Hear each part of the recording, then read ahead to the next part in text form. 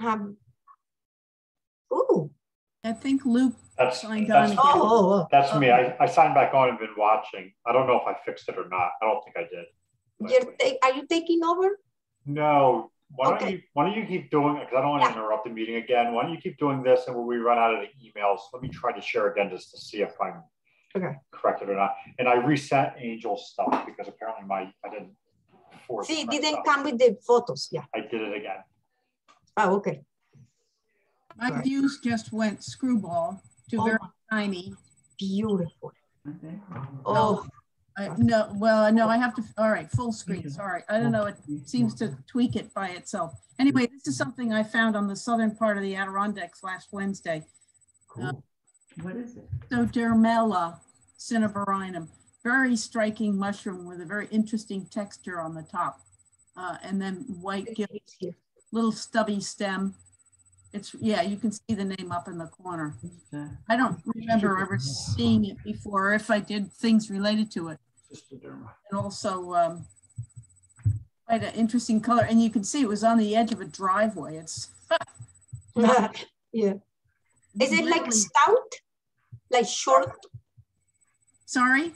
Is it like stout? Like short? Yeah, the whole thing is only about 2 inches tall. Oh boy. But it's probably about 3 inches across, 3.5 inches across. And look at those, like almost merullioid gap. Yeah, indentations, very interesting texture. And they were nice and young and fresh. So that was why it was quite interesting to see it. You have more photos of this one? I just don't want to move and mess up you. No, that's it. Just the one. Yeah, no. I was looking for something else when I came back for this. I had a walk at this place. That's what takes me down to this place. Lake, it's called. And there's always a lot, well, at this time of year, there's been quite a lot of interesting things. But the next couple of pictures is what I'm sort of involved with this week. Elk Lake, is that where you said? Yes, Elk Lake. Yeah. Southern high, I'm sorry, not Southern Adirondacks, Southern High Peaks. You have to go in at exit 29. Yeah, I've been there. It's a great place. Yeah, it's a private high-end resort. Susan, it's not working.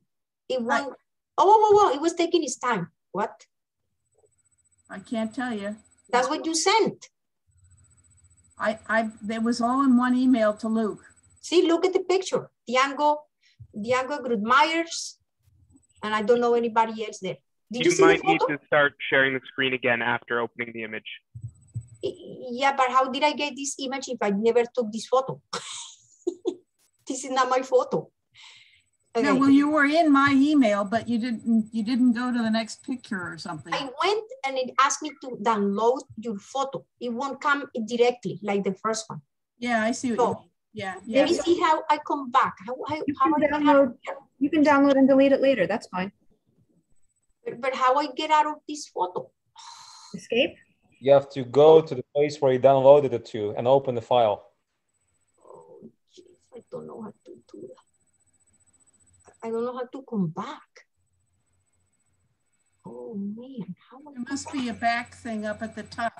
What about those little symbols up at the top, Maris? See, nothing. Mute, stop video, participant, chat, new share, post share, annotate, remote control, apps, more. There's a little X on the top right that I see on the screen. Is that going to work? Let me see. Try back arrow. Oh, yeah, the X. Yeah. Oh, okay.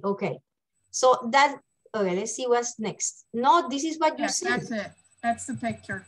Oh. Although that's the third one, I think. See, that's the third photo. You have more of the mushroom, the close one? Okay. That's what it is? So stop on one and I'll talk about it, okay? The one before? Well, there's two before this. All right. Okay, not available. Doesn't like. Won't do it. Okay, so the first one what's this? Yeah. Second one, it won't work. It won't work. Okay. That's the number 2. This is the third. All right, well then leave it there for a minute. Okay, go ahead. Just tell me. Brandon Matheny from the University of Tennessee is up here with his team, which was the picture that won't show, his group of mycologists. Now don't go so close because you want to see the mushroom that he's working with.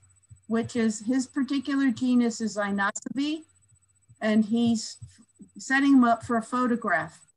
We were up here at Paul Smith's College Vic, which the foray 2 years ago was at the Vic. And Brandon is one of our top specialists in the United States for doing DNA work. And he wanted to come up here and try to find some of Peck's original sites, but also to document and photograph and fill out his knowledge of Inocebi. And if any of you are sort of advanced, you'll know that Brandon equals Inocebi, which is a little, they're ugly little brown mushrooms, very tiny. You can see how small they are. And he's been doing sort of a world monograph of Inocebi. But like I said, for this week, he's working on the ones here in my area. So I've been sort of the go-to person for where they should collect. And on this particular trail, I had a mushroom walk the other day, and I also had sent him collections from this site. And this is about the fourth one we found on this trail. And interestingly, after this, further down the trail, he just told me today he's looked at a collection I sent him, and we found a couple yesterday. It may be an undescribed species. He can't find it in any of the literature and computer resources that he has. So the next picture is what a collection from my front yard, also of this genus. And he says this is probably a Peck collection, a Peck name, I'm sorry. Charles Horton Peck was the state botanist from about 1885 to about 1915. And he described a lot of mushrooms from all over the state of New York. And he described, Brandon says he's described 55 Inocebes. So he's trying to backtrack over Peck's collecting sites, if he can locate them, to verify and get more material of what these things are and fill out the descriptions, because he didn't put much information. But anyway, that one's right from my front yard. And he says that's probably a Peck species. I forget what the name is, but maybe he'll tell me eventually or whatever, but it's fun. But too bad you can't see his team. He's got, there's 5 of them together. He himself is the, professor, and then 2 young fellas and two women, all interested in different things. One woman's interested in cantharellines, and interestingly, they don't talk species, they talk clades, which we were just saying, just because something looks like something else, it may or may not be related. But it's very interesting listening to them because they're the ones that are actually doing the sorting out and finding through DNA. They do the DNA themselves at their lab. Anyway, it's kind of an exciting week for me to follow these mycologists around. And, some folks think I'm kind of advanced, but boy, when you're with these guys, you know how little you know. Yeah, it's too bad you can't see the group. I showed it to you before. No, you didn't. The black pond. Try downloading. It's just because it's a bigger image, it somehow doesn't work, right? Yeah, but at least it got to. It must have gotten. Yeah, it must be something. Yeah, try that. I did, and I saw the image. I did. So there were 5 people there. If you click open with photos and then try resharing your screen, stop sharing and start again. Oh, okay. 1 second. Okay, at the moment I see the photo. You don't see it? No. Right. Oh, stop share and then share screen. Worth a try. There we go. There we go. Okay. There they are. Now, what's really interesting here, none of them have a basket. 2 of them have tripods. Well, 3 of them have tripods. And they all have tackle boxes. And for the most part, they are only looking at little tiny things. Okay. Is that Django Grootmeyers? It is Django, but is it? I don't know his last name. Yeah, I know him. him. Django Grootmeyers. I was going to look that up. Yeah, that's him. I know him personally. Yep. Yeah, that is okay. him. I recognize him too. He works with crusts. He works with anything that's interesting and little. And he was in one area this morning. We couldn't get him out of that area because there were a lot of little tiny things in this way. And he was there the whole 2 hours just about, and very excited about whatever the hell it was he was looking at. The young fellow with the hat is into the Russellaclade. And then the girl in the red shirt is the one that's into Cantharellus. And the other girl in the blue jacket thing is kind of a runner. She's kind of the driver, and I think she's probably the lab tech assistant. So her name is Anastasia, and then the to her left, or to left in the picture is Chance, and then Django in the this shirt, and then Rachel is the Hidden Chantrell. So, and then of course Brandon. So it's kind of exciting to have them around. We're going to Heart Lake tomorrow. That's it. That's an exciting week. Yeah, it's very exciting, and they're wearing me out like crazy. Young people. Well, young people, but you know. Details. He gets 200 feet, and he's picked 5 collections of things that I could barely see. Well, tell Django we said hello. We met him at NEF a couple of years ago and have stayed in touch. I knew his name, I've heard, and I've run into him before, but I didn't connect that he was the same guy. But with a name like that, I should have. Okay, now it's my turn. And somebody found this one in White Lake, and they gave it to me, okay? It was very unusual. It was thick, 1 centimeter thick. It has teeth that were like smooth and forked. I took it home, but I didn't have any faith on it. I just ignored it. And then I took it back again. I wet it. I put it on the slide to shed the spores. And I don't think that I could get the spores, but when I did I prepared the other slides to see the pictures. Oh, the spores are so beautiful. They're round. I mean, I'm sorry, what's the right? Oh gosh, what's the name of the spores? Globose? Globose, yeah, okay, I'm so sorry, I just can't talk.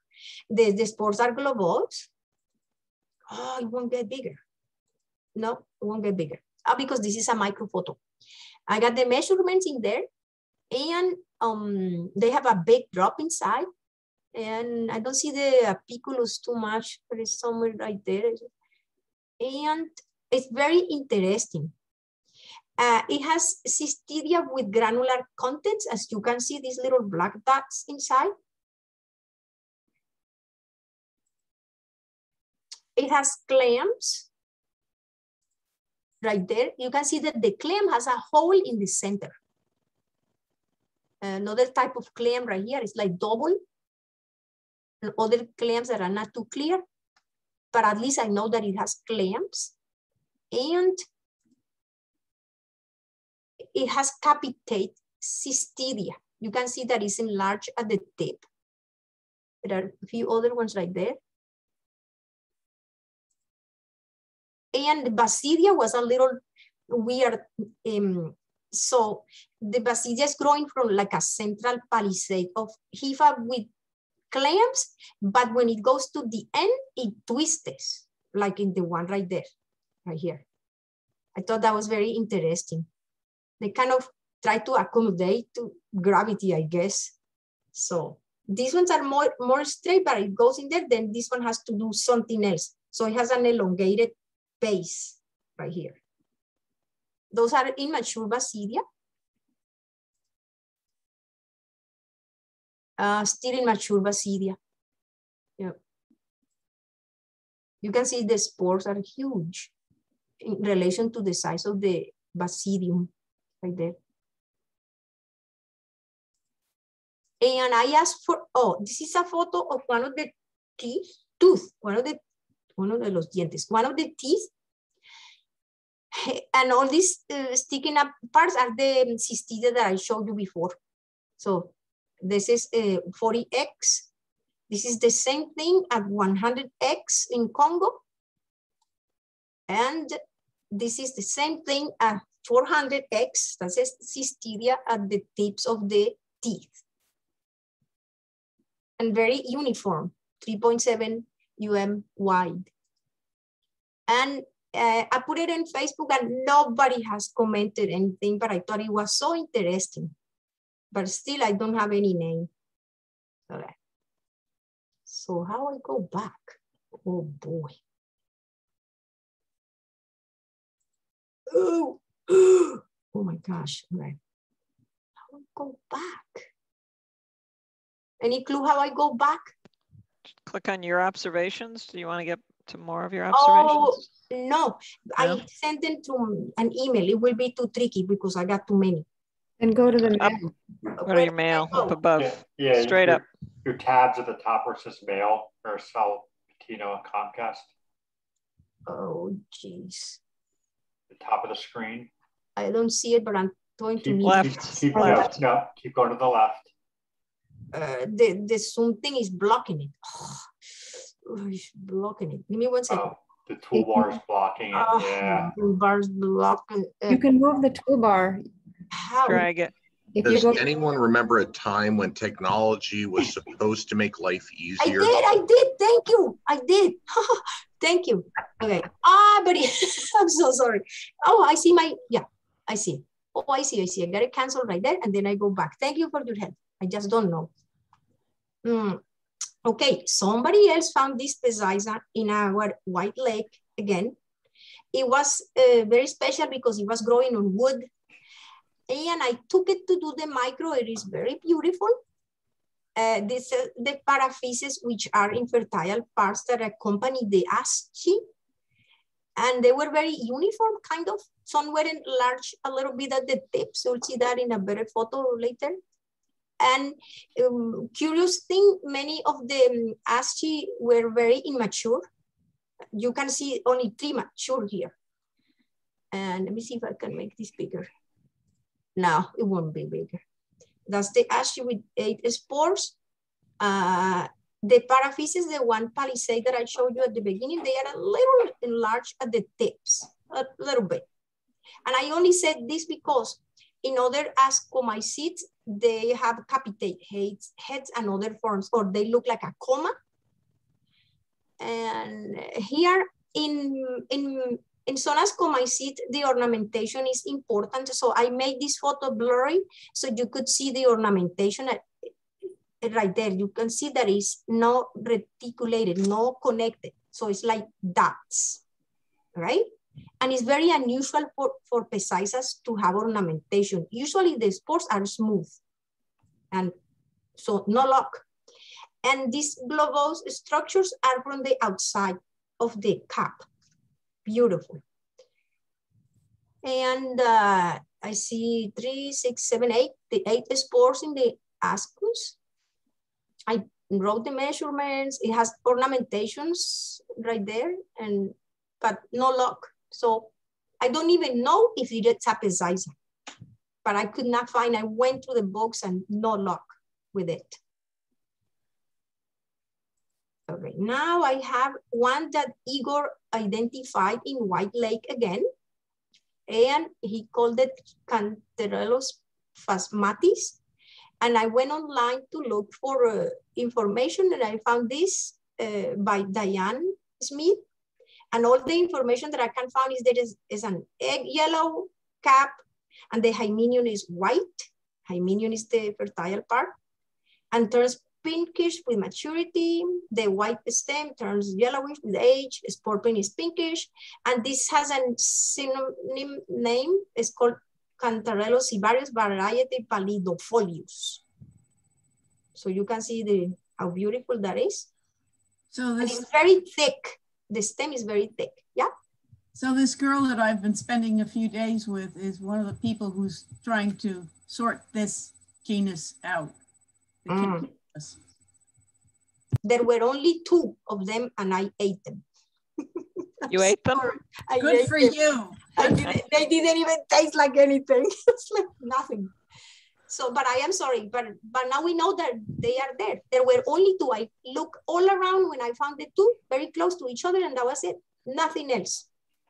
And I was surprised by how thick the stem is, like solid. Mm-hmm. Where did you find these, Maricel? Like what general area? In White Lake. Okay.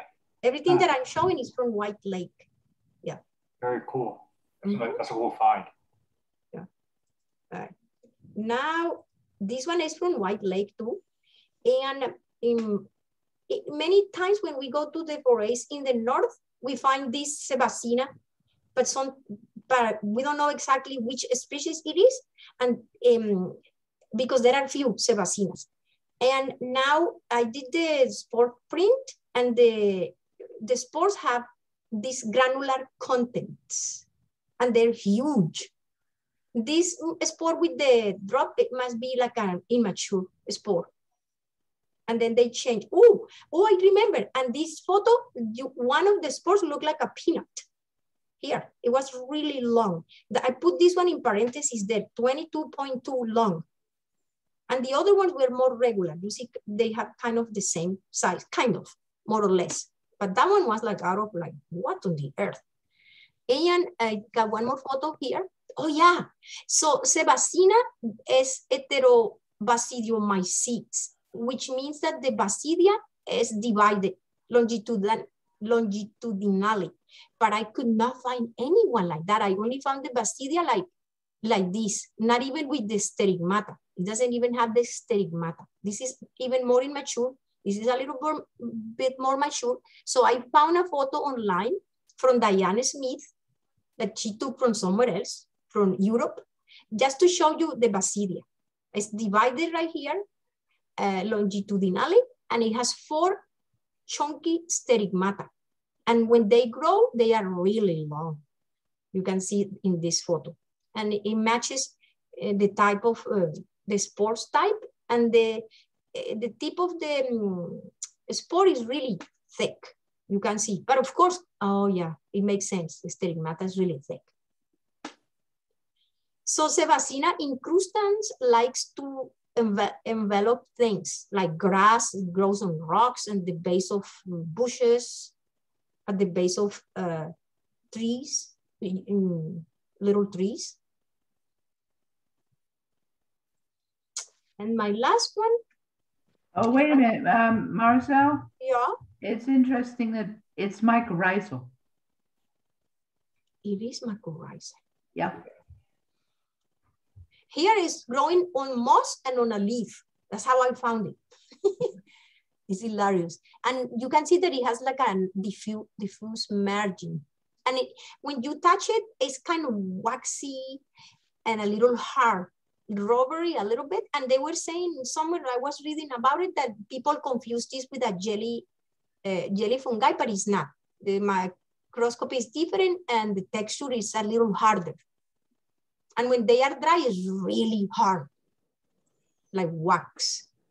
And then my last one is a cross that I'm very excited. It's the first time that I found it. And this is from, I'm sorry for the bad photo. It was so tiny, I didn't see that I took a bad photo. And so it's a little fruiting body, but the name Longisporum, you can see why. Look at this, the spores. I was like with my mouth open when I saw the shape of the spores. And I was reading, and it's found in the tropics and in Europe and here. And there is a lot of variation on the length of the spores. All right, so those are the spores. Here there is basidia that is not too clear with 3 spores. One is missing, but just to show that the spores belong to this crust. And the feature of how do you say that? One of the elements that are clue for this crust is this cystidia that has incrustations, and it's a little wider at the base right here. It's wider at the base, but it has like a cut right here.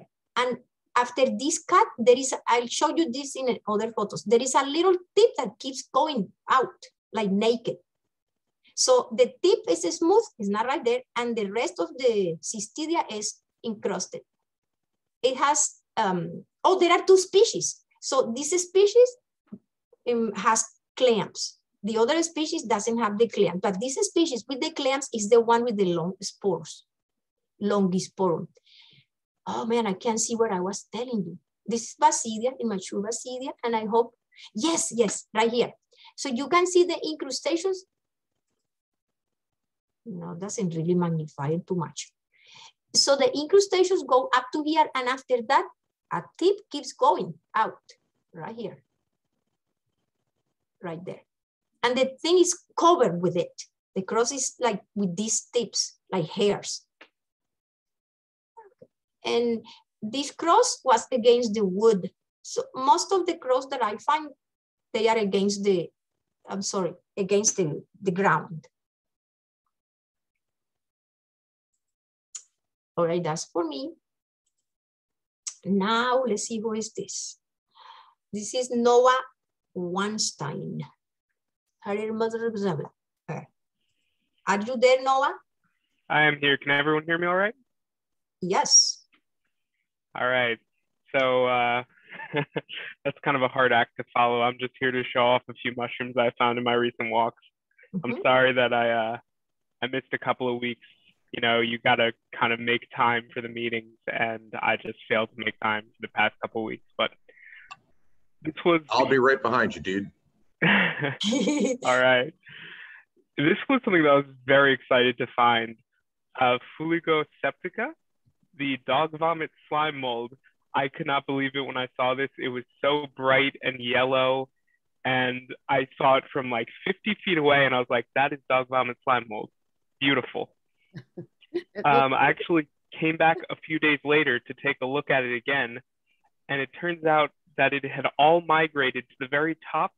Its color had become like a dullish brown tan, and it looked a lot drier. It probably was not alive anymore, but it was absolutely just a beautiful find in my local forest. And it finished its life cycle and made its spores. Yeah. Kind of black sooty dust. Mm-hmm. You touch it, still alive. You done with this one, Noah? Yeah, I'm done with that one. Okay. Like I said, these will be short. I'm just kind of showing off what I found. Okay. I believe that this is Fulviformis robiniae, the cracked polypore. Is that correct? But is that a black locust tree? Say that again. Is that a black locust tree? That's not a black locust. It doesn't look like it. Yeah. I think it's red oak. I believe it was just an oak tree. No, this one grows only on black locust, the name you're saying. Oh, okay. Well, I should have looked that one up, but I saw this growing and I said, that looks like a hoof fungus. That's very cool. I love the way it looks, but does anyone have the correct ID for this? Do we know? Do you have another picture of it? Not that I posted to iNaturalist. I'd have to look on my phone. It's probably like Everhartii. Can't remember the genus. Felinus is the old name for it. Felinus Everhartii. Yeah, it's Felinus Everhartii. Okay. Everhartii. Yeah, what do they call that now? I don't know. Or is it still Felinus? Is it the complex rimosus? Some of us still call it Felinus, but we haven't kept the names. No, rimosus? Rimosus? The complex. Are you saying Rimosus? Rimosa.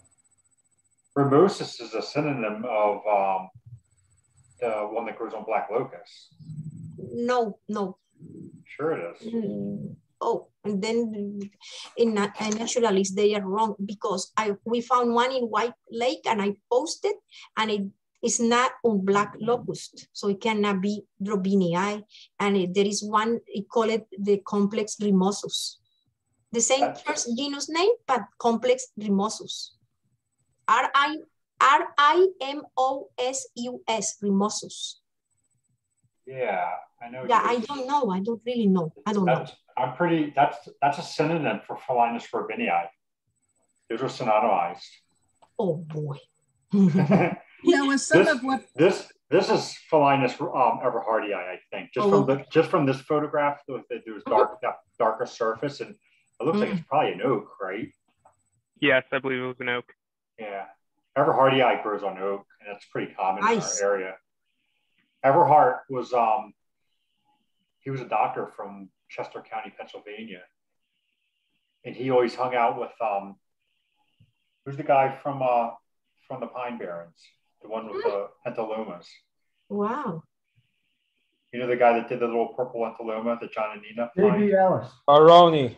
Ellis. No, Ellis. Ellis. He was Everhart was Ellis's like partner. Oh, they wrote books together. Yes, Yeah. yes. The Pyromycetes. Yep. Everhart. Yep. So anyway, that's what I think that is, Everhartii, probably. Okay. Picture. All right, thank you for the ID. Yeah. Ask John Dawson to look up and write about Ellis, because a New Jersey mycologist is worth it. He did. He did that. Yeah, I thought. Yeah, he's done Ellis. That's what I thought. Yeah. Very few that John would have missed.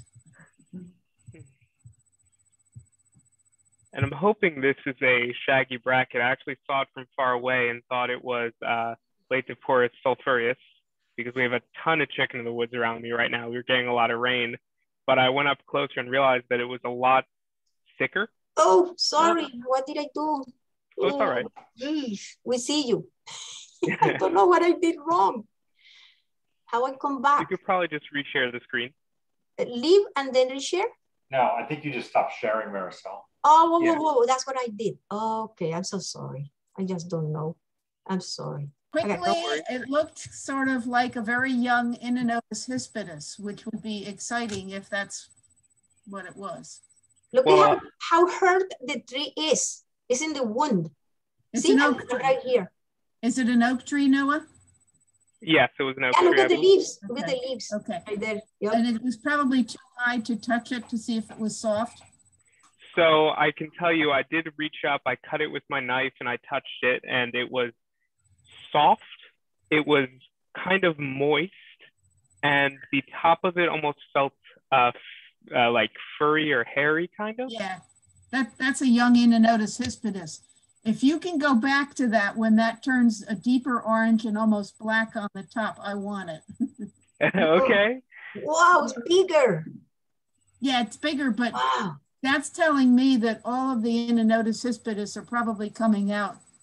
Well, where are you, Noah? I'm in Medford. Oh, okay. So that's pretty South Jersey. Yes. Yeah. Pine Barrens. Yeah. I mean, I'm off work Monday, Tuesday, Wednesday. I wouldn't mind driving it. Are you northern?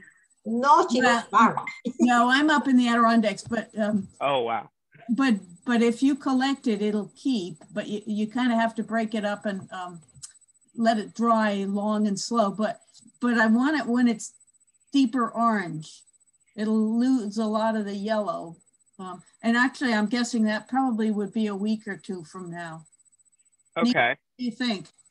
Let me check the timestamp on these photos. That way I can tell you exactly when it was in that state. I have it right in front of me. Yeah, I'm sure that's Imneria hispidus young. In fact, I wouldn't mind a copy of that picture because I don't ever see it when it's that young. If Luke or somebody can email that to me. That is one of my favorite dyers, but not until it gets a little older. One of your favorite what? Dyers. I use mushrooms to dye wool. Oh, cool. And that one is a favorite. And where I live up here in the Adirondacks, it doesn't grow because we don't have oaks.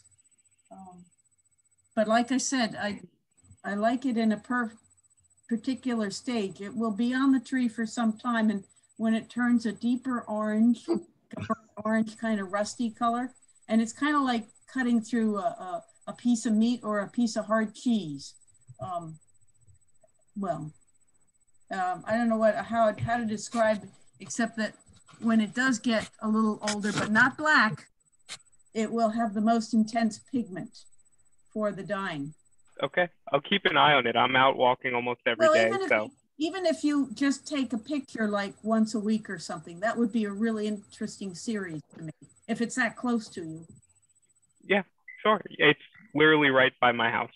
Yeah, that would be really useful to me. Thank you. Yeah, absolutely. You can actually, if you want, you can send me an email. Do you have my email through the club? If I do, I don't know how to get it, but I'll type my email in here just right now in the chat. Okay. And I'll send you an email for that. Yeah, just put mushroom pine barrens or something. Yeah, I'll send you the pictures. Yeah. Okay, the next person is Angel Soto. Got your photos now? Susan, what color does it dye? Like an orangey yellow, I'm assuming? When it's young, it'll dye like Schweinitzii, which is kind of golds and yellows. When it's older, it's kind of a deep burnt orange. I might be able to show you a sweater if I'll grab it and see how it shows on the screen. Just let me finish writing the thing here.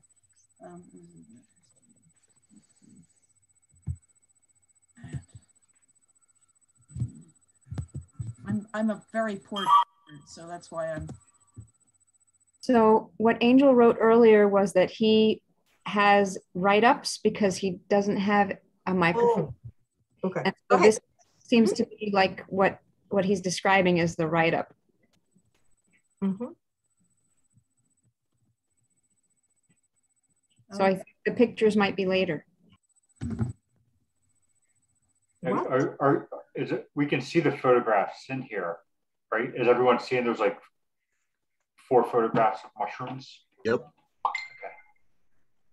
Oh, this is not like some article. It looks very professional. It looks like very professional. Oh my gosh. No, yes.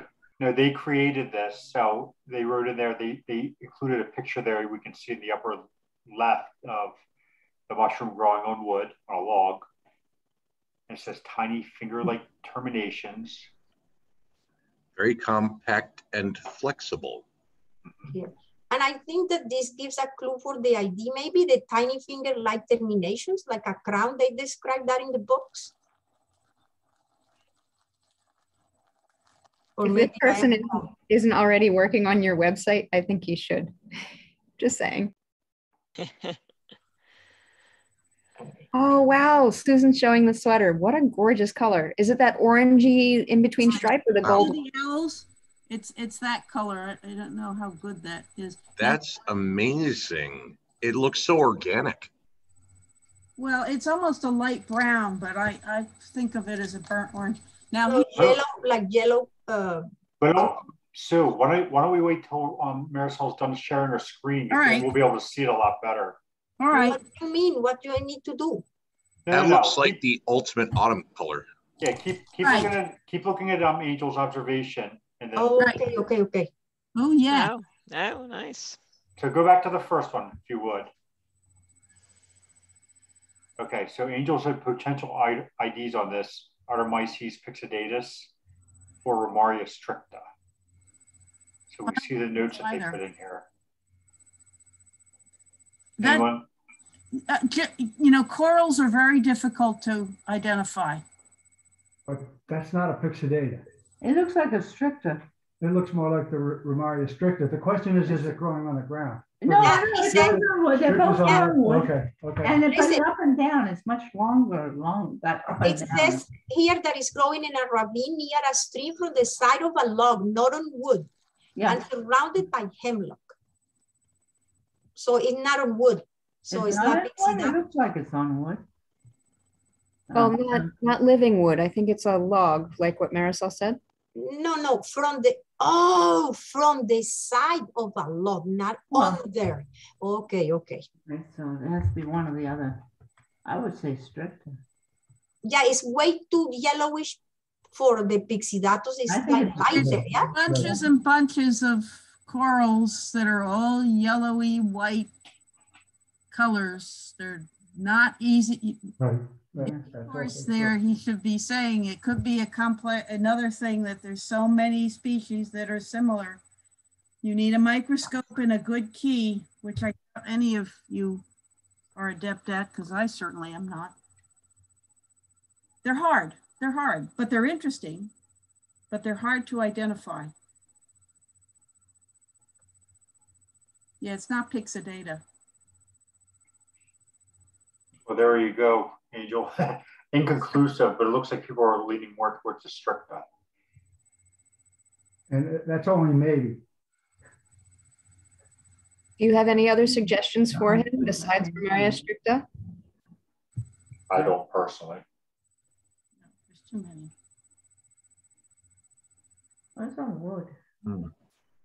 He says great stricta was my guess as well. So I guess we can move on. Yeah.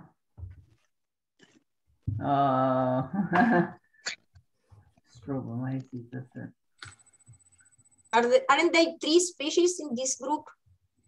2 or 3? Yes, and I don't think they can be distinguished without a microscope. Oh, Not even that. Not even that. Igor's have trouble with that, right?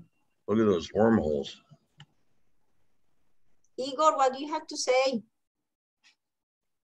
Well, the same thing I've been saying a long time. You know, you have a small genus. There are just a handful of species. It can be studied easily. You have to collect. You have to do DNA. You have to sequence types. You know, you have to do a micro workup if you want to. You know, personally, I don't really trust microscopy with bolids, but I could be wrong. But that's it. You know, it's a short, easy plan. But there's no other way. I mean, you can guess how much you want, but you will not be guessing closer to the truth unless you do all this work. So we can say pretty conclusively that Strobomyces, but we cannot get to a species without doing much deeper work. Yeah, I mean, all this stuff about how soft or erect the scales are in the cap, that's all a bunch of hooey, in my opinion. No, Igor, but you know, why to dismiss the study of the micro features? You know, he's observing all the details too, even if he can't do the micro. Well, the underside to the cap does remind me of the porcini, almost. Well, just yeah. that smooth white but hole-filled base. Well, that's definitely, I mean, that's a feature that all the bolids are going to have. Well, not the white, but you know, the spongy pore-like surface underneath. All the porcinis and other bolids are going to have that. So, but you have a good point, Marisol. I mean, even if you can't get this to species, that doesn't mean it's not relevant or worthwhile to do this kind of detailed studies of it, because look at like what we're learning from this. Yeah.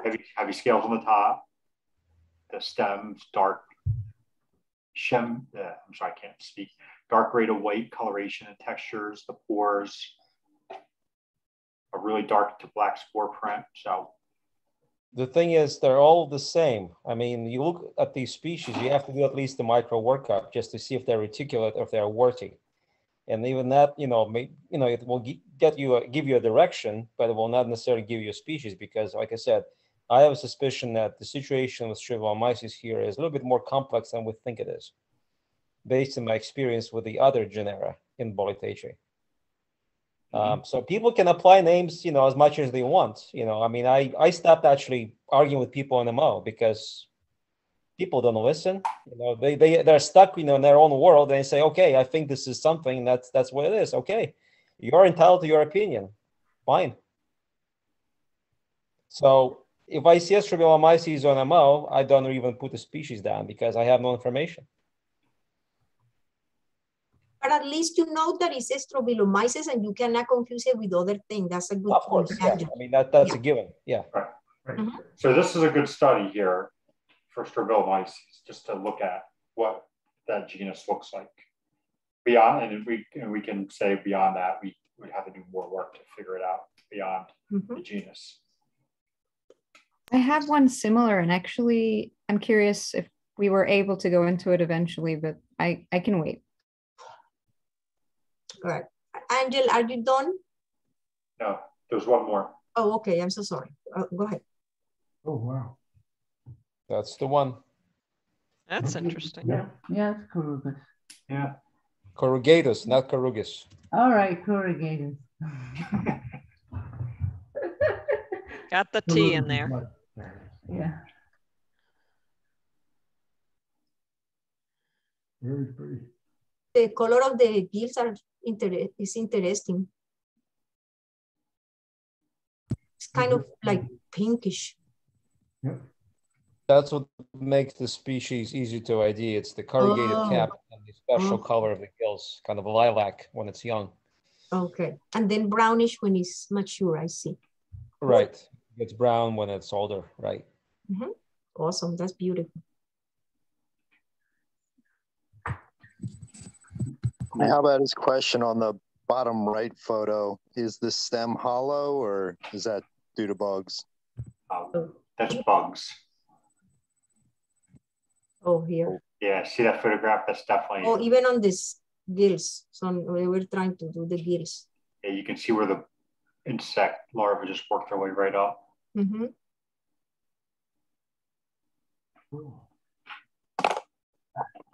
Nice observations. Angel. Nice observations. Thank you. Yep. And back.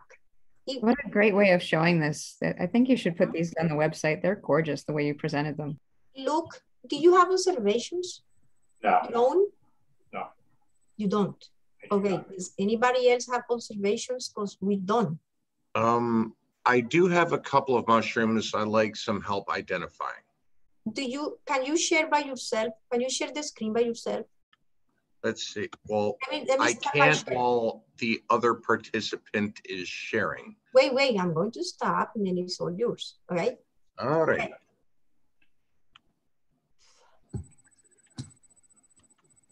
Okay, this was a polypore that I found recently on one of my walks.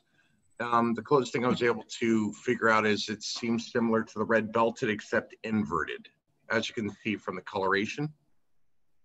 Are you seeing? What do you mean with red belted? What's the other name? At least like the genus. Do you know the genus? Belted polypore. He's saying Fomitopsis probably. Right, Fomitopsis panicola, but this looks more like a Ganoderma. Ganoderma. Ganoderma curtisi. Yep. Yeah, I've never seen one with a coloration pattern like this. It's usually the opposite, where the ones that are in this, the colors in the center are on the outside, but you know, it was just something I happened to come across. And let's see. Oh, there's this stump near on the road where I live where a whole bunch of mushrooms grow rampant and willy-nilly. As you can see, these are kind of like chanterelles, but this is the one thing, it kind of struck me as a Berkeley polypore, but the layering system and the coloration is slightly different. So that was what I was a bit confused about. This one is like the size of a salad bowl. It's rather large. That's probably what that is then. Yeah. It looks a little like, yeah, that's like dry, little dry. Maybe that's why. Under Zeviae Berkeley Eye, or is that what it still is? Yeah. Yeah. Okay. Yeah, they can be like 3 feet across. They get really huge. Oh yeah. I always found it fascinating because the only time I see these are on roadsides. It's like they thrive off of plants that are carbon rich due to exhaust or something like that. They like to grow at base of very mature oak trees. But you know what's interesting about that big polypore? It's related to Russellas. Really? And Rolf Singer was the first one to figure that out before DNA, because the spores were warted. They had little spines like Sputnik, and they were amyloid, which meant they turned bluish in melters, which is an iodine reagent that we use. Yep. I've been trying to find that stuff, and I still don't understand why it's so hard to get.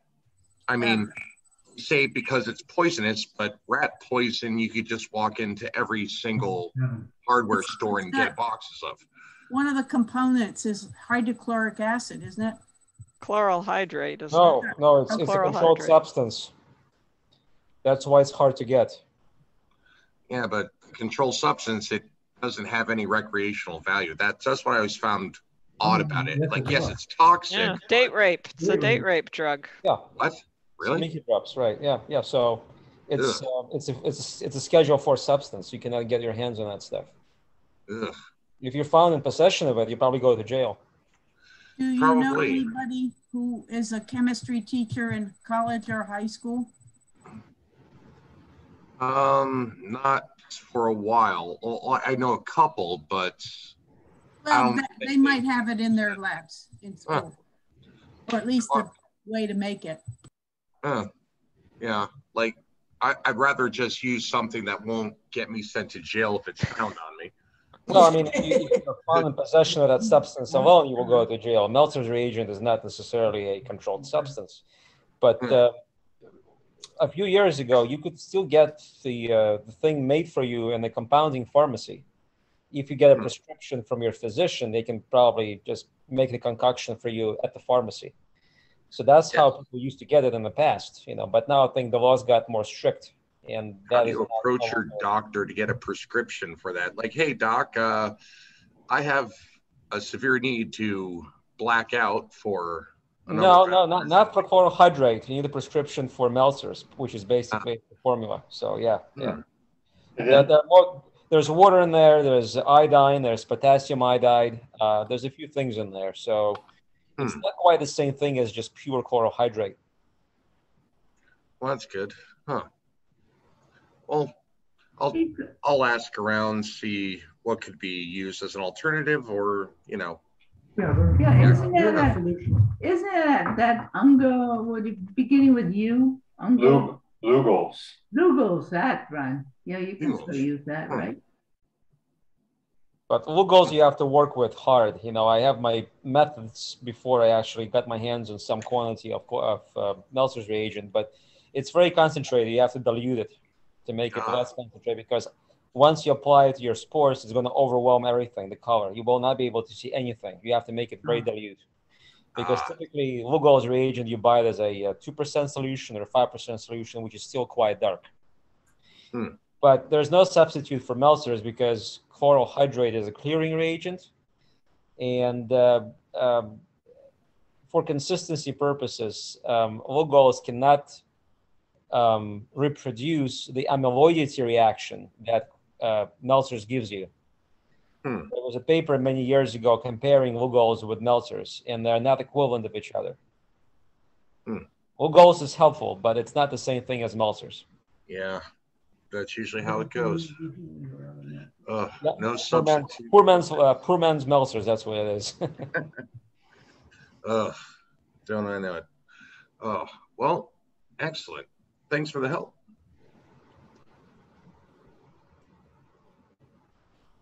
All right. Are you all done, Evan? Yes, I am. Okay, cool. Can I just try sharing my screen? I wanted to wait till everyone were more or less done. I just want to see if anything's resolved.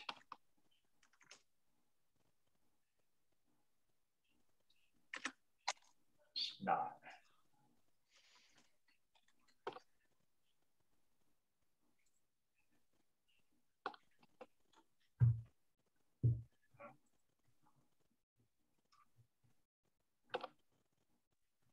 Is that showing up now? Yes. Maybe it did resolve. Okay, good. All right, I'm going to stop sharing and let somebody jump back in. But somebody else said they were ready to share something. Sorry about that disruption earlier. Thanks, Marisol, for taking over. You're welcome. I can if you like. Yeah, go ahead, Bianca. And if there's interest, I'll show some later too. Sure. All right, so let's see if I can open them up. I found a bunch. I know we won't have time for all of it, so I'm going to skip through a bunch. And you show only 5, eh? I'm just kidding. That's fine. All right, so this guy. Can you see my screen? Yes. Great. So there's a few pictures that I have of this. This is just for where it's growing and size comparison. That's the bottom. Did you cut one in half? Does that answer your question? Yeah. I could tell what it was before you cut it in half, but it's good to see all of the, experience the whole thing. Yeah. Scleroderma Citrine. And is it, I'm assuming this is what it gets to when it's about to produce spores, right? No, this is when it's still young. Oh. The purple part will turn kind of a dark brown, purplish brown spore mass, which, yeah, thank you, Igor, which will be a cloud of dust. But it won't be yellow inside like the true edible puffballs. Ah, okay. But this is a false puffball or earth ball, Scleroderma Citrinum. Got it. Okay, that's fun. Igor has in the chat. I already put it in. Thank you. Yeah, it's a cool little mushroom. Definitely. I absolutely agree. I did not expect to see that inside of it. All right. So this, I've seen a bunch of these all over. These are very smelly. And I have a couple of, this is what it looks like on the underside. This is a younger one. And, oh no, that's a different one. Did you tweak the gills? Oh man. Gills? I normally do, but I didn't want to touch it because I didn't want my hand smelling like it did. Well, to see whether it's going to bleed a milk. Yes, for latex. Yeah, I feel really bummed that I didn't. Yeah, well, it's an important feature to know whether it's Lactarius or Russula. Is there a closer picture of the top? Let me see if I can. Let me see if I can get better. These don't usually smell. They're bitter. I mean, they're acrid like hell. I mean, they're going to burn your intestines, but they're not smelly. Oh, I can smell them from a distance. They are so smelly. They smell very, not quite fishy, but just like cabbage, like old cabbage. Well, maybe the ones that are old and decomposing, maybe they'll smell, but a fresh mushroom will not smell like that. Okay, but even the younger one, it seemed had at least a little bit of the smell. But okay, good to know. Yeah, these are either Russula or Lactarius. I'm really surprised to hear you say that it could be Russula because... Yeah, Russula brevipes is the very common species. Brevipes means short foot, and this one has a short foot. What were the trees around? I see leaves that are deciduous. Yeah, there was, let's see if some pine needles there. There were oak. This is Igor's favorite area that he calls my pine barrens, but it's not in the pine barrens. It's pine barrensy a little bit. Because it's near Manasquan, right? So, and New York close by. So it's kind of on the fringe of pine barrens. Yeah, this is just south of the Manasquan Reservoir. I have a bunch of these near my house, actually. I'm right in the middle of Pine Barrens, so. Okay. I was wondering if it was short-stemmed Russula, or you said it was Lactarius. Is that the milk cap? Yeah, if it was a Lactarius, it should bleed a little bit of a latex if you cut across the gills, but not if they're a little bit older. They might not. It might not be very visible. But I agree. Otherwise, it looks like a Russula brevipes. Okay. Is John Burkhardt still here? John Burkhardt. John, are you there? Yes, what? What do you think? It's probably a brevipes. Yeah, that's what I think. Wow, okay. What is I'm assuming the top is white, sort of. It is white, yes. There's a younger one there. Is it? It's got almost like a funnel shape. Yep. Why is it so green? Well, this is just the picture. I needed to zoom in. Let me see if there's a better. There we go. That might be a little easier to see. Okay, huh. Maybe it's just taking on the color of that fern or something. Brevipes is not that color. It's not like white? What do you mean? Oh, I'm seeing green. Oh, white. It's just a reflection from the canopy of the trees. Okay. Yeah. Okay. All right. So so this was another one. It looked like chicken of the woods, but it had a different color than I'm used to. I'm used to chicken of the woods being like a darker orange with a yellow outside. This almost had like a peachy skin. Yay! Second species. Lepidus and So this is, I found another one growing on a tree instead of just, I think the other one might have been coming from a root. So that's why I took a picture of the tree in the distance. So this sort of looks like what you guys were describing earlier. Oh, what was the name? I'm sorry.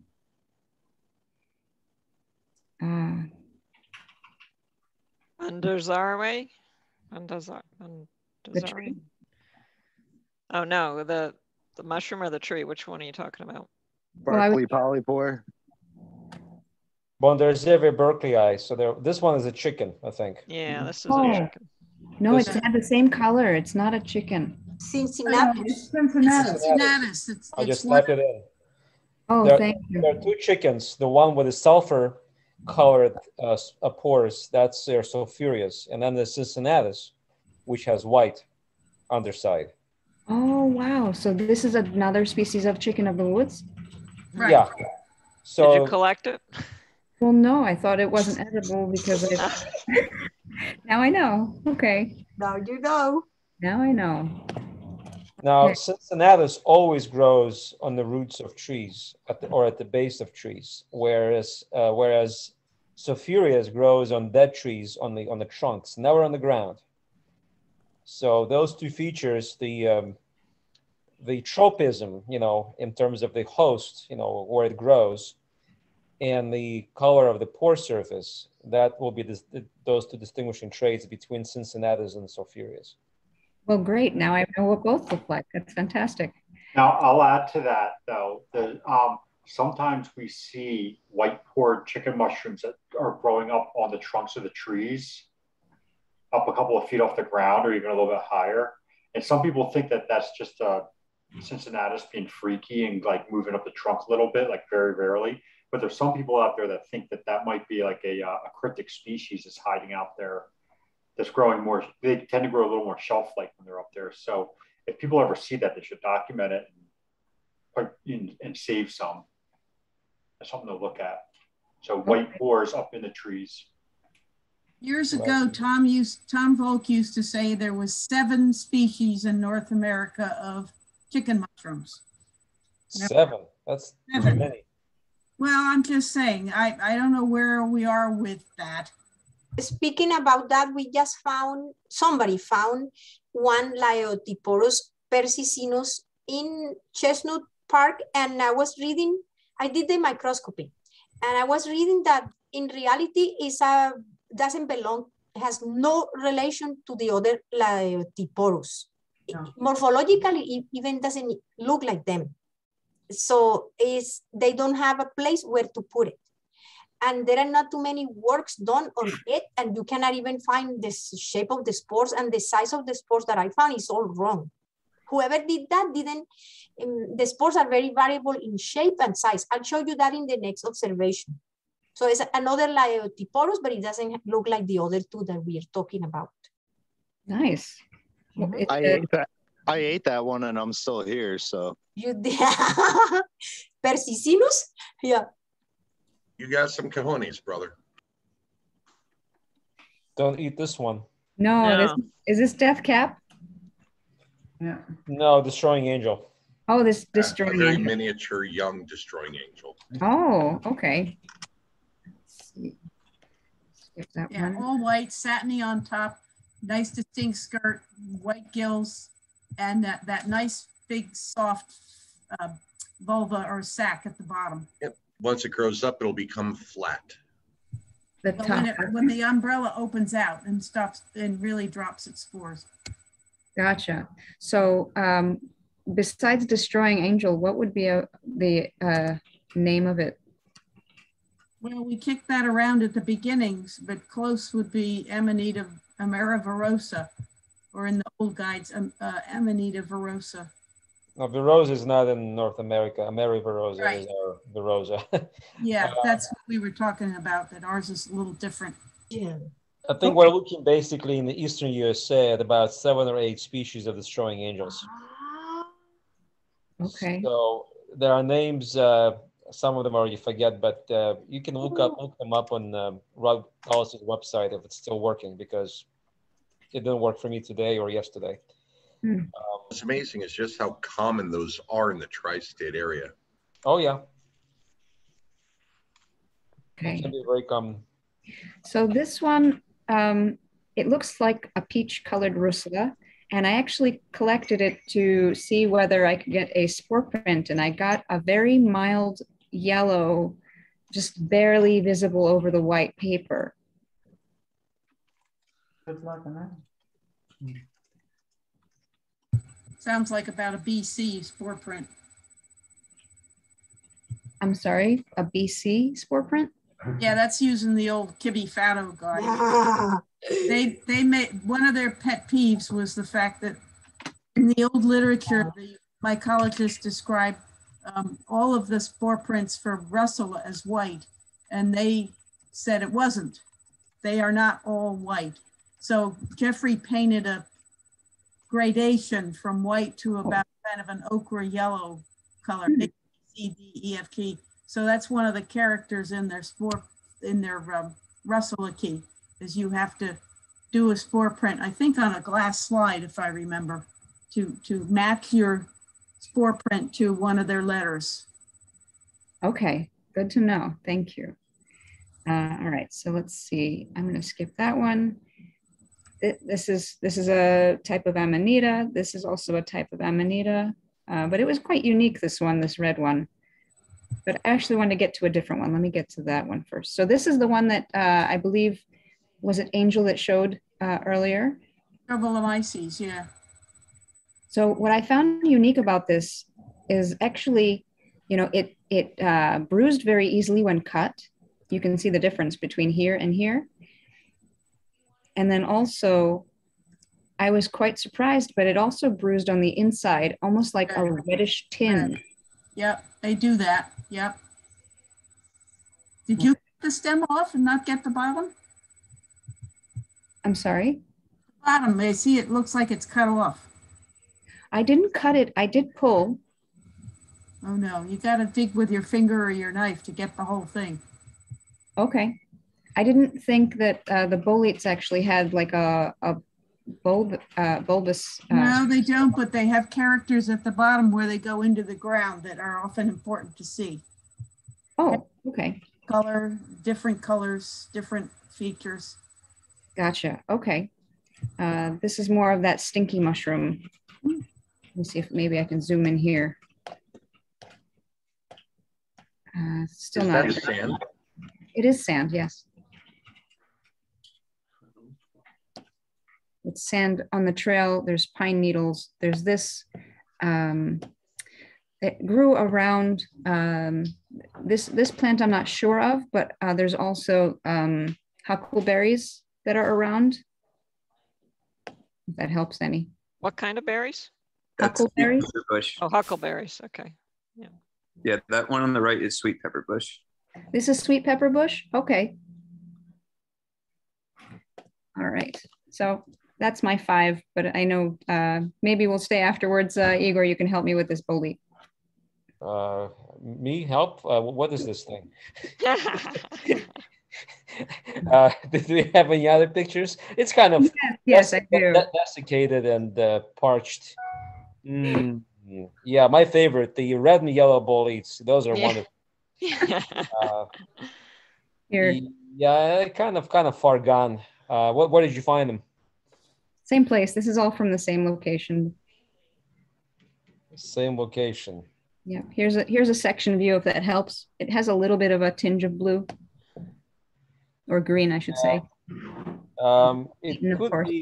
It could be some kind of Hortiboletus, but at this stage I cannot really. I mean, I see the fly larvae very well. You know, those are nice. Yeah. Can we see another picture? You know, like the one before. Yeah, you see the cap has these cracks. Yes. It's rhymose, but it could be just a function of age and dryness. Yeah, those are difficult. You know, I'm tempted to say either Hortiboletus or Xericomelus, maybe, but that's about that. You know, they blew. You know, they look kind of like it, but I cannot say more than this, unfortunately. And besides, those are cryptic genera anyway. I mean, they had to be discerned, you know, through the lens of DNA. Not easy by any stretch of imagination, unfortunately. Okay, I got you. Yeah, those are tough. That's my best guess. Yeah. Do you mind typing the two guesses that you had in the chat so I can? Yeah, the genera, sure. Yes, thank you. All right, I do have more, but I'm going to stop sharing.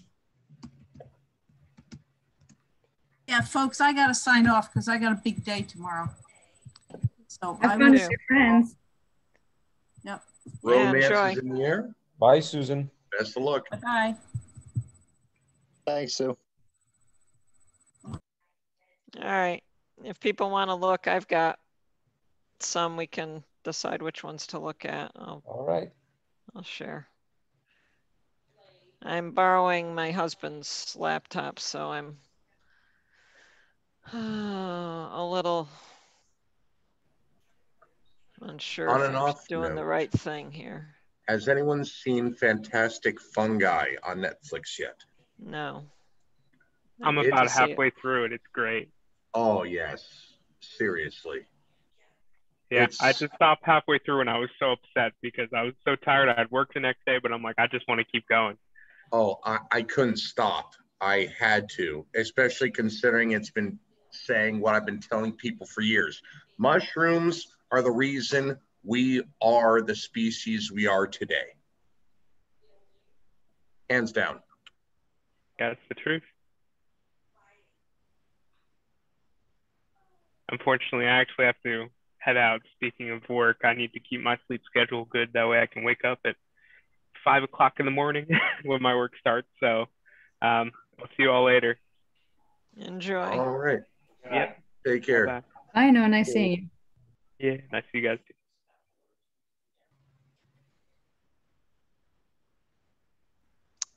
So I don't know which ones to talk about here. What's the one on the right? The Amanita flavoconia. Yeah, I'm not positive that's what this one is. I didn't actually dig it up because I was under time pressure here, so I was running along.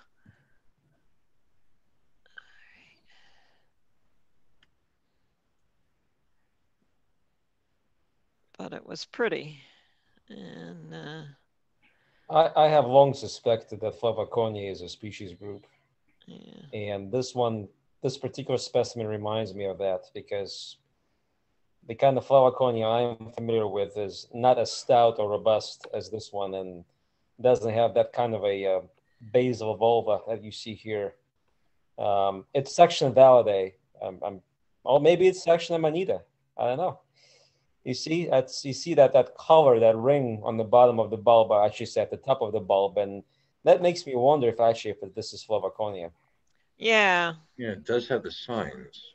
Yeah, Flavoconia has very crumbly. All Validae has very crumbly vulva, very patches that can be easily removed. But a deposit like this, hardly organized. I'm not so certain. That's an interesting one. Did you save it? No, I did not. I didn't even dig it out. I just snapped the pictures and moved on. Yeah, it's a suspect. I'm not certain this is Flavoconia. Okay. Where did you see this one? This is, I'm in Maine. So you're in Maine? I'm in Maine, yeah. That's wow. Yeah. Yeah, and this place that I went, I don't know, in the pH level of most of the soil in Maine is very low. So this is one that most likely grows in highly acidic environments. You see, that changes everything, that you're in Maine. Because, okay. Can you zoom? Do you have any other pictures of this mushroom? That's the only one I have of this one, yeah. You sure? I think there's more. You have one top one as well. I see it. Oh, the top one, yeah. Sorry. Can you zoom in, please? Sure. Okay. Since you're in Maine and the gestalt suggests something other than section Validae, meaning section Amanita, I think this could be Frosty Eye. Oh. It could be young Frosty Eye. And I think that's what this is. Okay. I have another one that I think... Sorry, not Frosty Eye, from Frostiana. I mean, I confused Frostiana. Frosty Eye with Beard Tirabellitis Frosty Eye. So I'm going to type it in. Amanita frostiana. Too many frosts. Okay. Okay, so look it up. All right, I will. Yeah, I didn't seem like it was matching Flavoconia. No, it's not real Flavoconia. well. It's section Amanita for sure. Okay. Because I thought you were still in New Jersey, but the fact that you're in Maine changes everything. Yeah, I took a trip yesterday, so. You took a trip yesterday? Yeah, well, I'm still here, so. Okay, I bet you took a mushroom trip, not a trip. Right. I see. Okay. Yeah. All right. You go anywhere near Bar Harbor? No, inland Maine. Good. Yep, not like coastal. Bangor? No, more near Augusta. Ah. Wayne, Maine, actually. Hmm. All right. What the heck was that? I don't know what's going now. I was in Maine last weekend and found so many mushrooms. Now that one is Flavoconia to This me. one here, yeah. I like. How can these both be Flavoconia? No, I did not think that this one on the right was. Frostiana, right? What that is? Let's look at it. I don't know. Are you seeing this weird orange thing? Yeah. What's this box? I have no idea. I don't even know. Move this window away from the shared application. I don't know. I don't know how to get rid of that. All right. Well, it looks like it's going away on its own. All right. Yeah. Now this is Flavoconia. Yeah. Yes. No question about this. Yes. Okay. Yeah, because a bright yellow stem. Yeah, the cap color is variable, but the key feature again is the vulva, which is yellow and very crumbly. That's another Flavoconia. Like I said, I'm still suspecting it could be a species because it's quite variable in terms of size and appearance. You know, sometimes this type is almost white, sometimes it's like completely yellow. And, you know, it's possible that you have a very morphologically variable single taxon. But again, this hasn't been confirmed one way or another. You have to collect and sequence, and not just ITS. You have to sequence another loci. So it's a big project, but I'm not about to undertake it. It's just. Would the yellow possibly be a byproduct of maybe a high sulfur or phosphorus content in the soil? No. It has nothing to do with that. Just different pigments. So, yep. That's a nice Flavoconia group, I should say. Looks like I have a similar one to that one, but it's, but I think it is a Flavoconia like you're describing. It does not have this crumbliness at the bottom.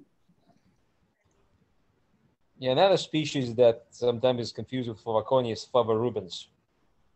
But I don't think this is Flavorubens. It doesn't have any rubescent properties to it. Although, I don't know. Is this hollow stipe? Is that I see this feature in some Amanitas, and you know, it's very common in Vaginata and Amygdala. In Validae, I don't know. That central canal, that hollow, pithy kind of thing. No, I don't know. It's almost absent in Lepidella. Those are very solid and stout. Cannot answer that question. Don't have enough information. Okay. Yeah, beautiful, striking, fun to see. Yep, fun to see. All right. Gorgeous specimen. I like the crumbly ones we're finding here in New Jersey. Yeah, I went to 2 different places today, and one was very moist and rich with mushrooms, and the other area had a few, but it was much drier and things were not so good. This one, let's look at this. I found these, it looked like there was a hem around the edge of the cap. I thought that was quite striking. These little dark marks all the way around. So this is a guild mushroom. Yeah, I think the idea is correct. This is rutulens. Rutulens, okay. Yeah, I would call it that. All right. So, but yeah, that's what drew me to it, was seeing those markings. All right.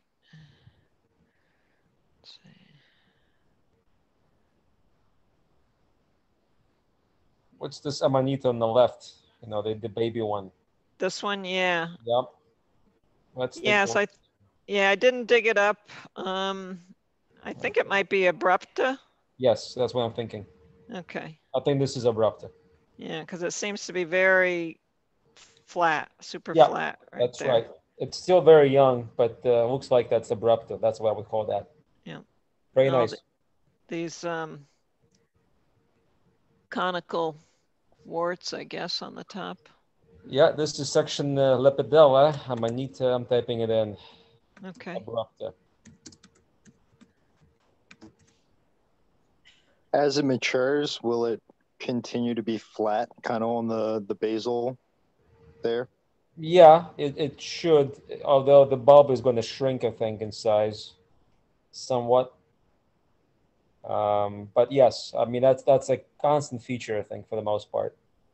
That's why that Lepidella is actually fairly easy to ID, just on the basis of how the bulb looks like. Cool. Thank you. Yeah. Yeah, so if I find some more, I'll dig them up. Okay. Let's see. How do I get back? I gotta scroll up. All right.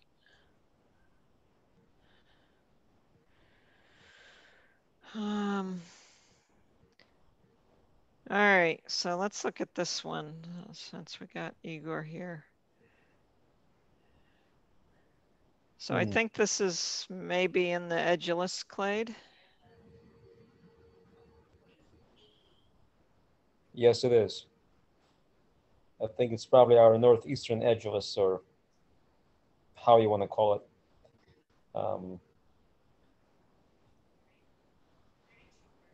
It's growing right next to a rock, so it has this flat edge on it. And I presume this is like a hemlock conifer area? Yes, yeah, lots of hemlocks, lots of white pine, Yep. birch, some maple, some oak. Yep, edulous. I would call this. It's not the same as the European edulous, I think, but this is our northeastern edulous. It's very, very closely related, so almost indistinguishable, you know, by DNA, some DNA. But yeah, I cannot get any further than that. Okay. Very good. Definitely conifer associated, and it's from that lineage where edulous is. So as I said before, there are several lineages in Boletus sensu stricto, or the Porcinis, Porcini sensu lato. This is a Porcini sensu stricto because it is an edulous relative, very close. Now, separans, on the other hand, is something else. It's also a Porcini, but it's not from the same lineage. Okay. Very nice. Thank you. Any bugs in it? No, completely free of bugs. Nice meal? I haven't eaten it yet. Oh, okay. Bon appetit. All right. They all have white pore surfaces, or of the edulous clade? It starts off as white, and part of that is not the surface itself, it's the coating on the surface, the specialized tissue called the chylocystidea that covers the pore surface when the mushrooms are young, and then it disappears, and the pores open up, and then they turn kind of olive green in age. But yes, you know, all Porcini have essentially white pore surfaces, you know, in their young age. Okay, well, that's a nice one. It's not by color. Oh, it isn't? Okay. No. Hemlock woods, right? Yes. Okay. Butyriboletus bruneus. I'm going to type it in. Look at the reticulation. It's very fine and it's very closely knitted. But if you zoom into that picture, you'll see the prominent reticulation on the stem. It's a nice, very nice edible butter bolete, Eastern type. Mycorrhizal with hemlock. We find here in Pennsylvania, Dave W. actually finds quite a bit of that. But in New Jersey, I haven't seen it ever. Not even in places like Stokes or Wawayanda. Okay. Very nice. Did you eat that one? No, no, no. I haven't eaten any of them yet. Okay, well, I just saved them because I didn't know what they were for sure. Do you have a photograph of a cross section? No. I think so. Okay. Yeah, Maybe. look at the brown cap. Yeah, so in contrast to the pores and the stipe. Yeah. Yep. Oh, yeah, wormy, this one. Well, not too bad. No, I would eat this one. I mean, they're not too bad at all. And look at the length or the depth of the tube layer. It's fairly substantial. By color at the stage is going to be very thin, like razor thin. Okay, so even thinner. Interesting. Okay. Yeah, when I discovered a nest of porcinis, I had to cut them all till like there was 2 inches worth of the top left, and it was still worth it. Okay. Dry it and then eat it, or do you? Well, I'll just cook it. I mean, you can dry it. It's, all boletes are good for drying. Yeah. So you can do that as well. All right. And what about the pore layer? The tubes? That's where the all the flavor comes from. Okay. You want to keep the pores, especially in this condition. It's very young. I mean, the tubes. Mm-hmm. Yep. So you can correct the name to Butyriboletus bruneus. Okay. And that's cap. The cap seemed brown. I'm like, well, maybe it's older, drier. I don't, No. Yeah. Bicolor usually fades to kind of yellowish. Okay. Okay. All right. All right. So good. To get the name out of the chat afterwards. Let's see. Yeah, you can dazzle people with all that knowledge that you have about the species. If only I can remember it. There's a question for you in the chat. Somebody said it was. If somebody agreed with my misidentification already. Okay. Can a mushroom be air dried for preservation? No, not a good idea. This is because if you air dry it, chances are it's going to decompose. Too slow. And get contaminated with bacteria. So cooking promptly or drying promptly is the best way of handling mushrooms, especially the ones that are not as robust as boletes. I hope this answers your question. Yeah, how would you dry them? Air dehydrator or? Yes, dehydrator, yeah. You have to buy a Nesco. That's a very popular brand. I mean, I have Nesco. It's like 15 years old. Works like a champ. And just dry at high temperature, 130, 140, maybe even higher if you want to dry it quickly. This is Imneria pallida. This is correct. Oh, good.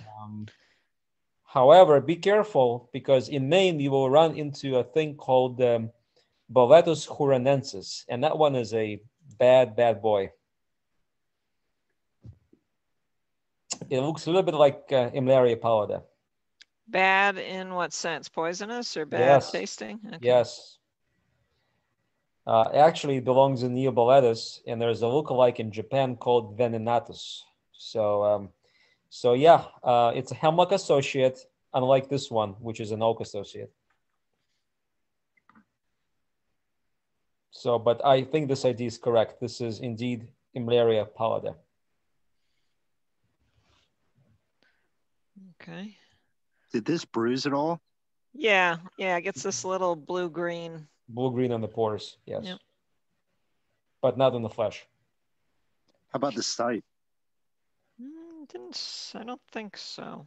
The stipe, actually, when I cut it in half, turned pink. This faint pink color. I don't know if that shows up in the photo or not. Yeah, it does. Okay. Yeah, it does. But after a while, I went back and looked at it, and it was just faded back to whitish. Yeah, I'm gonna type in compare with Boletus huronensis. As in like Huron? Yes. Huron? Okay. Yeah, huronensis.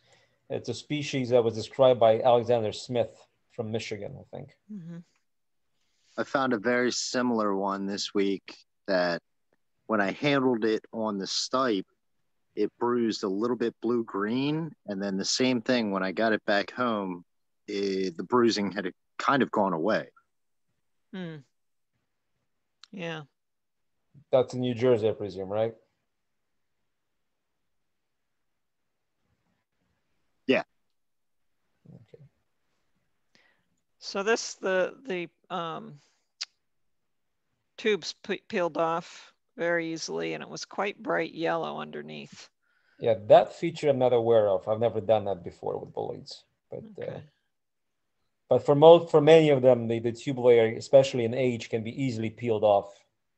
Mm-hmm. Right. Are these? Nice collection. Thank you. I think your weather is fairly cool compared to what we have in New Jersey. That's why your mushrooms are in such great shape. Yes, it's been cool. Just now starting to heat up, they're telling me up here. Yep. They've only had one day above 80 in all of July. So. Yeah, we don't see collections in this condition in New Jersey. Not this season. Yeah. There were a lot of these everywhere. I saw a lot of these. And yeah, they're good edibles, although occasionally they can be bitter. These taste. I did taste it, and it was okay. Yeah, and typically New Jersey, they always get buggy. I've never seen Imneria pallida or Pixidatus pallidus before that didn't have bugs in them. I mean, so. Yeah, this is pretty good. Yeah, and yeah, that's the base. Yeah. That's very nice. Yeah, enjoy. Okay. These are good. All right. That orange box is back.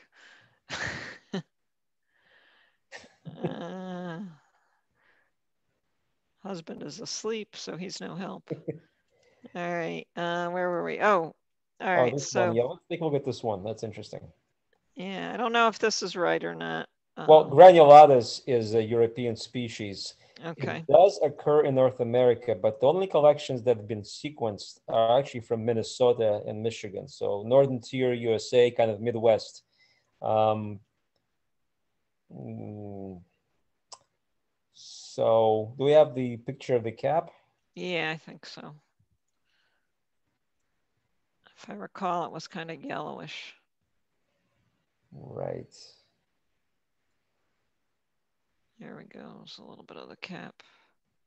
Interesting. Interesting. I mean, this is a Swillus without a question. Look at those glandular dots. When you see splashes like that, these dots, they're definitely. So granulatus is out of the question. You know, the cap color is wrong and the geography. What else do we have that doesn't have a ring? There's a species called Swillus Plastidus. Okay, but that one has usually a pallid, non-yellow cap. I don't know what that one is. I have to look it up. I have to look at the paper, at the literature. So what we've been calling what we call granulatus here in North America is a species called Swillus weaverae. Oh, weaverae, yeah. Yeah, named after Margaret Weaver, who actually collected the holotype back in 1965. And Smith misidentified that. He did not recognize that thing is the same thing as what we call granulatus in North America, and that's where confusion started. Okay. So where did you find this? White pine? Yes. Yeah, in fact, I think that's a pine needle attached at the base here. Well, I mean, there was hemlock. There's hemlock too. It's a mixed, very mixed. So I'm just going to type in Swillus Plastidus as a probable, but I'm not certain that's what it is.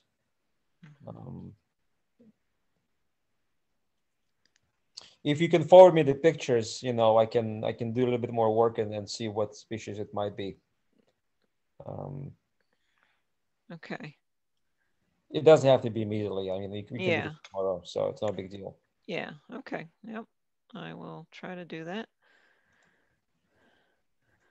I have one unique looking mushroom that I was actually surprised to see. I've never seen anything like it, but I'm sure somebody here will already know what it is without me thinking. All right, you want to show that? I'll show one more here. Oh, go ahead. I think this is another Swillus. I think this is Spraggy Eye. Yes, by the look of it, I think you got it right.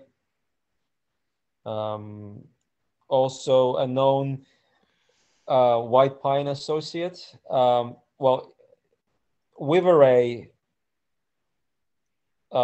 Americanus and Spraggy are known to occur with the white pine almost exclusively, although I have found all those three species growing with hemlock.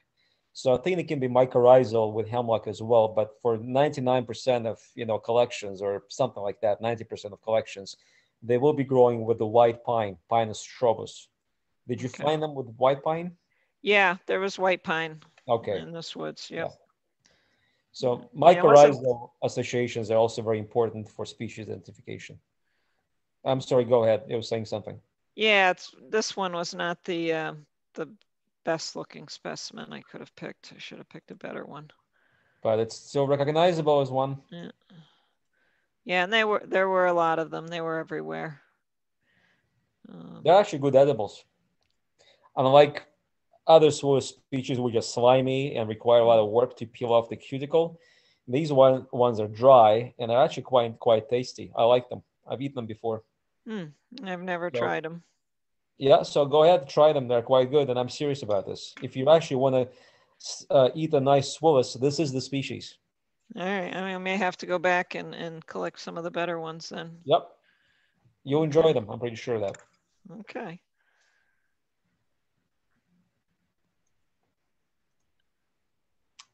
All right, and then one more that's just really different.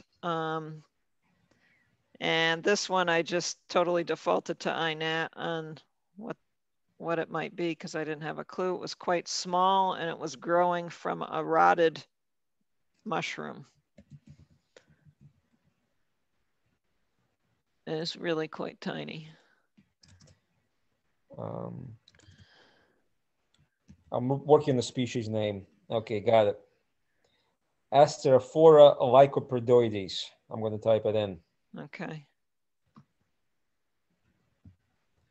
And I'm actually going to do better than that.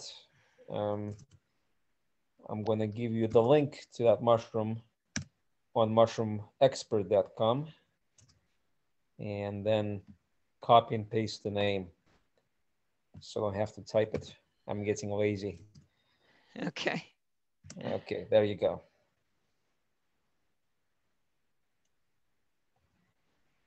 So yeah, it was, I don't know, I think I estimated that there was 20 to 30 species. There was probably 40 to 60 because a lot of stuff that I thought was the same was probably different things, but we were racing through this Igor, woods. are these the ones that grow on russulas? Yes, these are, I'm not sure if they're parasitic. I think they are. So yes, they grow on russulas. And not just any russula, but specific russulas. So what does Michael Kuhl say about this thing? It is a parasite. And primarily on blushing russulas like Russula densifolia. And densifolia is this big, chunky, blackening russula. It stains black. We usually find them later in the season. Maybe not, but we see them a few times a year at our forays. Not very often now. So yes. I saw a ton of these in a park in Hunterdon County last year. I mean, I was walking along a trail and it was just going on and on and on. It was super cool to see. And I'm seeing that this is calling them piggybacks. I thought of them as oh gosh, powder caps. I don't know. They look like tiny ginger snap cookies or something to me. Yeah. Thinking sourdough bread myself. Oh, so yeah, loaf of sourdough bread. Yeah, that's. They are gilled, but I think what you see on the actually is the spores. So the gills are kind of fake. They don't produce anything. So the actual spore mass is on the cap, that you see that looks like this wow gingerbread. Wow. Thing. Yeah. Yeah, they're very fascinating. Yeah. We found them at Meadowwoods a couple of years ago, I think. there was a collection of these things. Yeah. Mm. Very nice find. All right. Thank you. Yeah, that was good. Looks like All you're right. having fun in Maine. Yes, I'm having a great time. Yeah. Everybody should come up here. Yeah, exactly. I'm walking through this place and I'm like, man, how could we have a foray up here? This would be so great. Yeah, New Jersey mushrooms suck. Yeah. Sorry, Bianca. She'll prove you wrong here with something interesting. Yeah. Yeah, this season it wasn't good for me, unfortunately. Actually, I stopped coming because these trips that I take are fruitless for the most part. Oh boy. Igor, what do you want to see? Hold on I just here. want to see nice collections, okay? I don't want to see all rotten mushrooms, okay? No, I'm serious. What would you find worth seeing? Nothing in particular. I just want to see a variety of fungi in the woods that are in great shape. That's all. Okay. I want to trip over mushrooms. That's what I want to see. I want to see so many mushrooms. I'm going to trip over them. Well, that's what me and Lila saw a couple weeks ago, right, Lila? Yeah, it was almost like that. Yeah, and this one spot that I went today, this one little preserve was just full of mushrooms. And I actually, as you put it, Igor, I actually stumble across mushrooms just in like around my block. So this one, for example, is around my block, and it's very unique looking. Yeah. And I didn't smell very good, right? How did it smell? I don't know. It was morning, and I have a clogged nose usually in the morning. Oh, you're lucky then, because this doesn't smell very well. Oh, okay. This is the stinkhorn everybody's been talking about. Okay. Right. I'm gonna go out and smell it now. Species wise, John Burkhardt or Nina, what do you think? If you're still around. Let's see if they are. I don't see them here. They left quietly. Well, let's look it up on Mushroom Expert. I think it's mutinous or something like that. Yeah, it's mutinous or mutinous, something like that.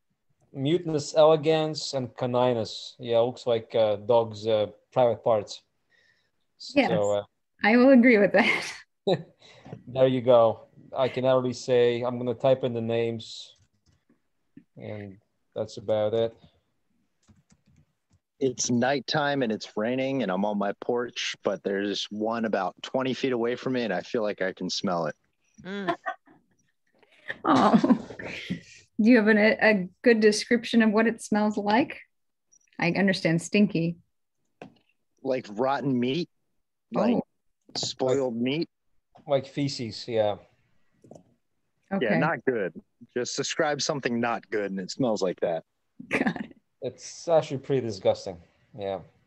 Good to know. I'm glad I missed out. So, okay. Your sinus must have been clogged up because this thing stinks up to the heaven. Yeah, I mean, I didn't. Fascinating because I didn't. Yeah. So let's see. This one is quite interesting too. That one is a Tapanella Atrotimentosa. Okay. Very common. And this one that was, oops, sorry. Oh, that's that Tapanella. I think Liz uses those for dyeing, right? Yes, that one is good for dyeing. This one is a Neoventinus Lepidus. The one that grows on railroad ties and has been given a moniker of something about, I'll have to look it up. Hold on a second. Neoventinus Lepidus. Is that like the train wrecker or something? The train wrecker, yeah, something like that. Yeah, yep. It seems like it's growing out of a stump itself, not actually. It was a cut stump, but it was. That's the name. Mm. And let's see. I'm going to give you the link for the Mushroom Expert, so you can read up on that there. All right. Thank you. Look at the gill edges. They are jagged, seesaw-like, saw-like, sawtooth-like, they're not smooth edges. They are, they have sort of, the line is jagged edge, like a knife, with abrasions, or how you want to call them.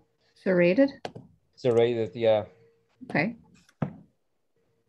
I mean, it sort of seems, at least from this picture, kind of on the smoother side to me, but I see that the cap has kind of like a coloration, like what you're describing. Is that what you mean? No, I meant the gill edges, but when young, maybe they're more smooth. I can never really see from here, but this one looks like Neoventinus Lepidus to me. Okay. We'll call it that. Gotcha. All right. This is an old one, so I'm not even going to bother. And this is, we already did. So that's, you don't by chance know what this little dot thing is with this black inside, do you? Not my department, unfortunately. Yeah. It looks familiar. I've seen this on forays, but for the yeah, I could never give you the name. For the life of me. Did that burst open naturally, or did you puncture that? No, it was actually a hard piece, and I peeled it with my nail, so I couldn't even get much more than that. But it was not jelly-like. It was very hard. Yeah, if Maricel were here, he would probably give you an idea, or Luke. Yep. I said this is something which is fairly common and known, but I cannot give you the name, unfortunately. I don't know what this is. That's fine. Thank you so much. Should I the one that you're saying, hold on, this one you're saying is a good dyer. Yes. How would I even be able to pass it on to her? Preserve, dry. So I would dry it like we were saying, the dehydrator. Yeah, high temperature, because you're not doing DNA, you're just doing drying as quickly as you can. Yeah, so high temperature, higher setting, 140, 150 will be fine. So they're dry. You can do it in your oven, kind of. Okay, I do have a smaller multi-purpose unit. It's like an air dryer, air fryer, bake. You can do multiple things with it. So it would be perfect for this, I think. Would it be good to section it up, or what would Liz want it whole, do you guys think? Oh, probably doesn't matter, because actually cutting it into pieces is better, because extracting the dye, the components, the dyes that give you the nice color, is going to be more facile. Mm-hmm. Because there'll be a larger surface area to reach out from. Yeah, so, easier to cut when it's fresh than when it's dry. Yes, right, yeah. So cut them up and thin slices, and that's going to be good enough, because they're going to be boiled anyway, eventually. And I think like once you have a larger surface area, it's going to be easier to extract the dyes from them, all these wonderful chemical compounds. This is the Tapanella Atrotimentosa. Yes? Atrotimentosa, yes.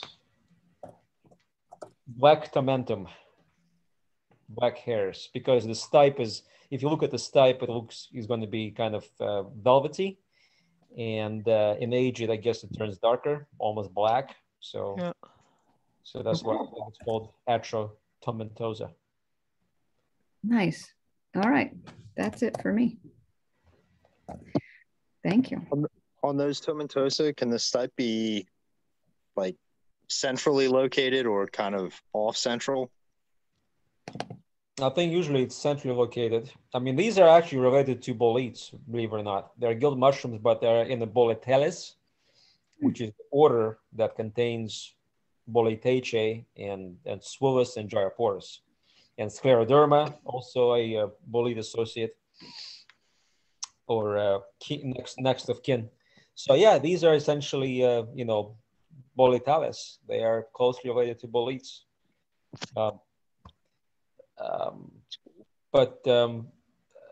I think I've seen them sometimes sort of a little bit off center as well. But they always grow on wood, either buried or on stumps. So there must have been like buried wood, under the ground, right? Yeah, you're muted. You're muted. I only saw the pieces next to it and not necessarily in the ground, but the only thing I did was tear off this piece, so it'll still be growing there. From where did you tear it off? You see here. But what was the substrate? Oh no, I didn't tear the mushroom out. I tore a piece of the mushroom off of itself. Right, but where did you find them? Your favorite area. No, I'm saying is it on the ground, or do you think it was attached to a root or something? Yeah. Well, I didn't see any roots. The only thing, I mean, it looked like it was on the ground. So it must have been buried wood then, because these are saprobes. Yeah, see, I mean, it looks like sandy soil to me. Yeah, they must have been growing on something buried. Okay. Very nice. I'll see when I dig them up for Susan. All right, I'm going to call it a night. I hope you have a good one. All right, Bianca. Thank you. Good night to you too. Thank you. My pleasure. Always nice talking to you, Igor. Likewise. Bye. Thank you. Bye. Anybody else wants to share?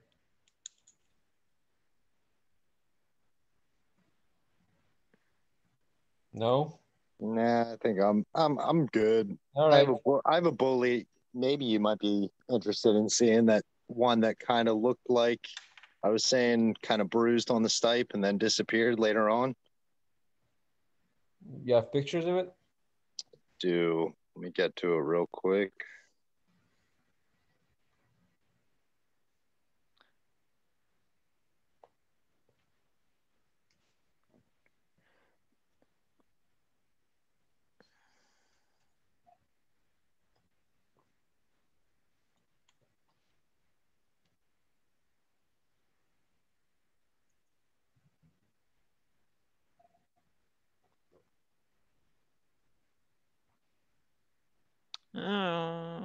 Yeah, I don't know if I'm going to be able to get to it. What happened, Lila? I'm just trying to fix that Beringia bicolor to the other thing, and I'm struggling with my typing here. That's all. Yeah. All right, here we go. How long will you be staying for in Maine? About a week. That's nice. Yeah. Yeah, very nice. Our friends have a place up here. They invited us up to visit. Yeah. Okay. Do you have any more pictures? I do. They're just super hard to share. I guess I should get you if you send them to me by mail, by email, I should say, I might be able to tell you what it is. Yeah, let me see if I can get to a good couple ones. Shows the I presume this has yellow pores and it stains blue, right? It does, but very slightly blue, not immediate at all. Let's go with this one here. Yeah. Try, I'm going to type it in, Lanmaoa, and that's a section, right? Or a clade? That's a genus, yes. Oh, it is. Lanmaoa pseudosensibilis. And you see what I mean, right where my thumb is there? It slightly bruises blue on the stipe. And then it turns brown. Yes, that's the species. Yeah. I just typed it into the window, and I'm also going to give you the link on Mushroom Expert. You can probably find it yourself, but I'll do it. Awesome. Well, I appreciate that. Yep. So Michael Kua still calls it Boletus pseudosensibilis, which of course he's behind the times. You see, I kind of thought it was pseudosibilis, is it? Pseudosensibilis, yeah. Pseudosensibilis. Got it. Yeah. Pseudosensitive. Yeah. Not sure why they gave it that name, but It's very common. It's a very common species. Probably the most common Tapanella in the eastern United States. Cool. Last year we had boatloads of it everywhere. Yeah, I remember we found some at one of the forays, and I thought they were smaller. This was pretty robust. Oh, they can grow given the conditions. They can grow fairly large, but they're not huge usually. Gotcha. All right, well, I've never eaten them, but the Besset's field guide says they're edible. I never tried them. Yeah, I saw some reports of edibility on it, but I'm not going to eat it. Yeah, I mean, you can try it. I mean, I would rather try that one than any of the red-pored blueing boletes, personally. I think what I've tried inadvertently early on when I didn't know much about boletes, I was just starting out, like in 2009 and 10, was Valmaoa pallidorosea. I thought it was bicolor, and those actually sometimes do look like bicolor. But I've tried that one, and I didn't get poisoned. So, oh, that's good. Yeah, but Valmaoa is that genus that edibility is usually not well known for most taxa. So you have to be treating them with caution if you want to eat them. And you will not die. I mean, if you do get poisoned, you will not die from them. I'm pretty sure of that. But just be careful. Yeah. I don't eat a lot of things that you guys don't tell me I can eat. So, yeah, as a group, that consists of red and yellow bluing boletes, those are they're confusing, and it's a very large group, polyphyletic, different genera, and edibility. If people want to eat by color, very often misidentified. So, with a bit of experience, you will be able to identify by color very well. And separate it from the lookalikes, like this one. Yeah. But this one has a brownish cap, not red. So that's what I thought. There aren't a lot with the brownish cap and the yellow pore surface. Right. And as far as I know, it's the only one that when it blues and it turns brown after that. So when you bruise the pores, they will blue and then they will turn brown. Same thing with the flesh. You cut this mushroom in half or just section it, and it's going to blue on the context. Not very heavily, but it will. But that bluing will be changing either slowly or quickly into kind of brown shade. And given enough time, it's going to be completely brown, kind of reddish brown. So Valmaoa simplus is the only bicolor group, quote unquote, type that does that, to my knowledge.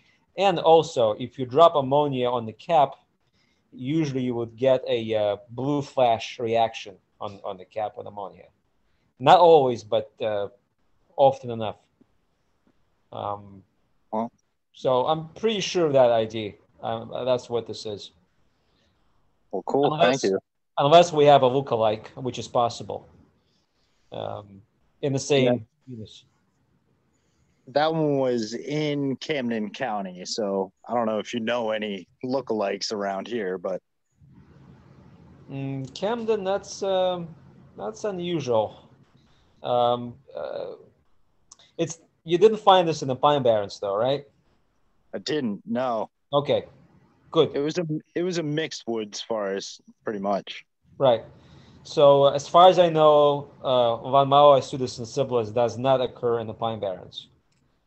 Yeah. So the fact that you found it in mixed woods with normal type of soil, that's a good suspect. Oh, well, cool. Yep. Yeah, and then I don't have anything else worth really sharing, unless can you tell me if this is what is it, Russellii? Yes, Oreoboletus Russellii, right. Russellii. Where did you find that? This was up in Maine actually last week. Exactly. That's why I asked, because we didn't find it here in New Jersey. Yeah, it was so cool looking, and it was huge. So I wanted to make sure that I knew what it was. I love that mushroom. Oh, I love them too.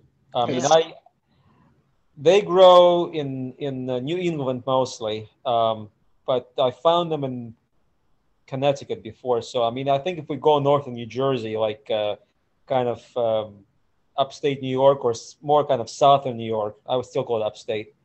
In Connecticut, that's where you would find Rusellii, but not New Jersey. I don't know why. Mm-hmm. It's a northern species. I usually find it. Why is that? Here in Maine. I have no idea. Some boletes are just like that. They like they're more territorial. I'm sorry, Lila. Go ahead. Yeah, normally I come to Maine maybe a week or two earlier, and I almost always find it. And yeah, the cap is proportionally small for the stipe, and I'm hoping to find some while I'm here this week. But yeah, that mushroom really got me jazzed about mushrooms. Yeah. What we have here in the Pine Barrens is another Oreoboletus that's called Projectilis, because the sterile margin on the cap of on the edge of the cap projects, or it's more prominent. That one is reticulate, but it looks a little bit. Actually, it's a relative of Rusellii. If you look at the genetic tree, they are sitting next to each other essentially. But if you go with us, Brandon, to any of the Pine Barrens forays in late summer and fall, we'll probably find it, and you'll appreciate the morphology to compare with the Rusellii. That's awesome. So it's not as like kind of netted, but it's still reticulated deeply. It's reticulate, but not as shaggy as this one. No. Right. Yeah. Cool. But overall, it looks a little bit like Rusellii. Other than that, yes. Oh well, awesome. Thank you. Yeah, and that mushroom. Same for you, Lila. If you come south, I mean, I know you're in Morristown, and it's going to be quite a drive for you. Yeah. But maybe you can make it to one of the closer ones, like maybe in Forest Resource Education Center, which is in Jackson Township. That one is kind of Pine Barrensy. So we might find it in there. All right, and what was that called again? Oh, with the name? Which one? The one that's similar to Rusellii. Okay. Yeah. Oreoboletus projectilis. Projectilis. Okay. Yeah, I just typed it in. Mm-hmm. Projectilis. Is that one edible? Yes. Okay. To my knowledge, all Oreoboletus are edible. Are they good? Not particularly, but you know, if you have a mix of mushrooms, they go in and they taste fine in conjunction with all the other ones. I've never tried like individual mushrooms by themselves. I always had a medley, a mix of mushrooms. I'm still trying most of these mushrooms for the first time, so I'm eating them individually and no other mushroom for a day. Yeah, well, it's probably safe, because when you're familiarizing yourself with the species in terms of their culinary properties, you don't want to try them alone and make sure that you're okay with them. Because if you eat a mix of things and you, God forbid, get poisoned or get a reaction to something, you would never know what caused the reaction to begin with, right? No idea which one it was. Exactly. Yeah. So actually, it's a smart move. Yeah, you can try it. I mean, it's not going to be like edulous but it's going to have some flavor, and it's not going to be bitter or hot. So it's a mild tasting species, and it's probably just average as your boletes go. Yeah. So edible, but not like choice. Not choice. Yeah. Cool. Maybe slightly above average. I think with Projectilis, I found out that they're actually better consumed when cooked fresh as opposed to dried and then reconstituted. But that was the opinion of a single person, so I cannot really tell you whether that is true or not. But all boletes are good for drying if you're just trying to preserve them. It will concentrate the flavor. It's going to make them more flavorful. And then rehydrate them? You're right, reconstitute them. So what I often do, I have a dish that I cook occasionally in wintertime. It's a bunch of vegetables, like a vegetable stew. And there's a lot of water you have to evaporate. So in the middle, I throw a bunch of dried mushrooms in that vegetable stew soak it up. And just evaporate more, and they soften, and it tastes wonderful.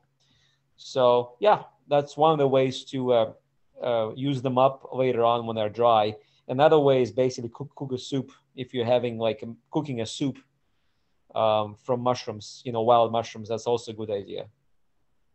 Barley and blue cheese with mushrooms. That's my go-to. Okay, if you say so. A fresh recipe for like lactarius and chanterelles, I used to cook them with sour cream. So you sort of, cook them in oil. Toward the end, you just add sour cream. You evaporate the water from the sour cream. You wind up with this kind of a paste with mushrooms. And it's also very tasty. And you can add cooked onions, pan-seared onions to that. So that's my recipe. So you cook them dry first and let all the water kind of cook out of them, and then you add the... Not completely dry, like mostly. And then I would add sour cream and just cook some more. And more moisture is going to evaporate basically from the sour cream to get a more sort of pasty, like a thicker paste. You get a kind of a sauce that way. Yeah, yeah, that sounds good. Nice. And don't use the light one. Use the regular. That heavy fat. Heavy fat sour cream. Yeah, that's going to be nice. Honestly, what's really crazy is my aunt makes these stuffed mushrooms, best ones I've ever had, and she uses brandy. She marinates them before she cooks them overnight. Peach. And it just sets off the flavor like crazy. Interesting. Never heard of that. Well, brandy. Can't anymore. So that's fun. My first mushroom book actually was from Russia, the Soviet Union. I actually have it here with me. It's about as old as I am, and it has a lot of recipes in there. And one day I'll probably try to translate them into English and publish them on our website. But that's going to be a big project. That would be awesome. You should start with at least one. Yeah. Definitely. Yeah, I should do one of maybe like one soup and one entree and one appetizer or something like that. Yeah, man, that would be awesome. Yeah, because I think in the old website we had a section with recipes. I'm not sure we have the same thing with the new one. We probably do. We just have to find it. Yeah, I was wondering about that because I was like, oh man, I hope we haven't lost that because there were a lot of recipes there. Yeah, I'm pretty certain that Sue McClary transferred everything as much as she could from the old website. All the anything of substance, and well, I could actually log on right now and check if there's anything in there. Hold on a second. I remember seeing it on the old website. I didn't search for it on the new website, but it wasn't as, it didn't just kind of pop up for me when I was exploring. Right. Oh yeah, here we go. So if you go on the website and you don't even have to log on, it's going to be under special interests. And when you put your mouse on the special interests, you'll get a sub menu. It's called culinary. Nice. Yes, culinary. And you have to scroll down to actually get the recipes. They're going to be links. And there's many, many of them. I would say maybe 3 dozen. So that's probably all the old ones made it to the new website as well. Yeah, I would have said there was like 30 at least. So right. Yeah, that's good. So I typed in the link. You can click on that right now, right away. So yeah, so it is there. So maybe we can add a few more. Like I said, I have to translate carefully and do that. And they're not, like very long recipes. They actually give fairly short and would not be difficult to cook probably. So I'll get to this. This is fun. Oh yeah, food brings everyone and everything together. Agreed. And if I find any cool recipes, I'll send them your way. Definitely. My grandma finally gave me access to her cookbook. I'll see what I could look up. It only took 37 years. Oh, only. Right. You've been asking for 37 years? Well, prodding gently and passive aggressively. That's the way of our family. Okay. Yeah, my grandmother did everything from her head. No recipes, no measurements. She just made stuff. My great-grandmother was like that, but after all of her children kept prodding her for how she made pagach the way she did and the pierogi, so she had to write down something. So now there's this green tin full of note cards just scribbled on with random stuff. Yeah. Yep. We'll probably get the job of consolidating all these recipes and putting them in a electronic format such that they're safe for posterity. Oh, yes. As long as we each get our own individual cut of the yeah. Oh, yeah. If anyone could ever publicize a grandmother or great-grandmother's recipes, that's money in the bank. Right.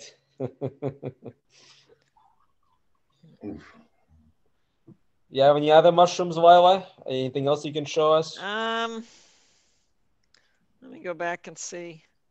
I know I have more on my phone. Because you had stuff from Maine. I mean, those are wonderful collections. They're so refreshingly nice, and perfect fungi, for the most part. With little damage from slugs and not baked to the crisp. Right. Oh, yeah, this woods was really humid and nice and cool. And actually, it was kind of foggy this morning, too. So stuff was good. Lila, while you're looking, real quick, I want to share at least one of the bullets from Maine that I found. Please. Oh, yeah, of course. Yeah, go ahead. If you have it here at your fingertips. Yep, it's right here. I was only able to take a couple photos because my phone was dying. And of course, you find the most fascinating one as you're walking out, right? Do you have a power bank? I do, but... Do you have it with you? I did not. Yeah, that's my problem usually. Yeah. I do, but I did not. Yeah, those are heavy to lug around. Ah. Yeah. You found the one. Okay. So I want to say this one, it didn't. I don't know. What do you think? It didn't what?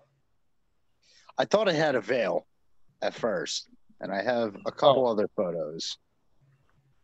Yeah, okay. It didn't. It did not. No, it did not have a veil. No. Yeah. But you found this under oak, correct? Let me go to another photo just to confirm that yes, I did find it under oak. Okay. Again, this is annoying the way that my phone is making me do this.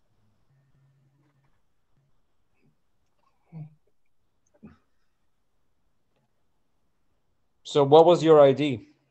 What did you think it was? I didn't really come up with one that I felt confident with. That's honestly the best photo I have.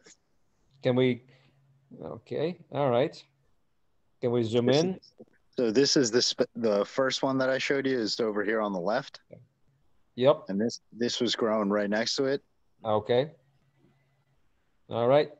So I think what you found is Biorangia bicolor. Yeah. So it is bicolor.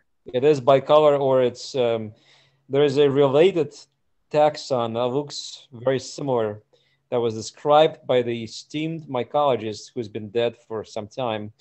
His name was Ernst Both, German. And he described a species that is now called Biorangia rufomaculata. Okay. Okay, rufo means red, maculata means spotted. but it looks similar to bicolor, and they're from the same genus. They're definitely, I mean, they're twins. They're genetic twins. So that's what I think you have. You have Beirangia bicolor. Yep, without a question. When I see these colors, that's what you have. This is not Rufa maculata. This is bicolor. And you found this one in Maine? Yep. Yeah. Mixed woods with oak and hemlock, right? Correct. Yep. Okay, there you go. Yeah, that's very similar to something I found recently in Jersey too. Now that one on the right, the little one in the back, that's the same. Is that the same? It looks very brown. They fade. They fade. It fades to brown. Yeah, I mean, it's young, but I think it's been just exposed maybe more to sunshine. Okay. So they do sort of change the color. Sometimes they fade away to brown. Sometimes they fade away to yellow, mixed with red. You know, it's weird, but I have no question about this one. I think this is Beirangia bicolor. Beirangia bicolor. Awesome. Yeah, and I'm almost positive they were the same species, just based off of what I saw there. I was only able to take like 4 photos, unfortunately, but you can see it's a lot, you know. Yeah. It's not as red. Not as red. I think it's the same thing. Yeah. I mean, based again on the photos, I mean, can you zoom in this one a little bit more? This one here? Yeah. Only slightly. Okay. Yeah, I think it's the same thing. Yeah. And those are edible? Oh, bicolor is a choice edible. I don't think I've tried it on its own, you know, alone.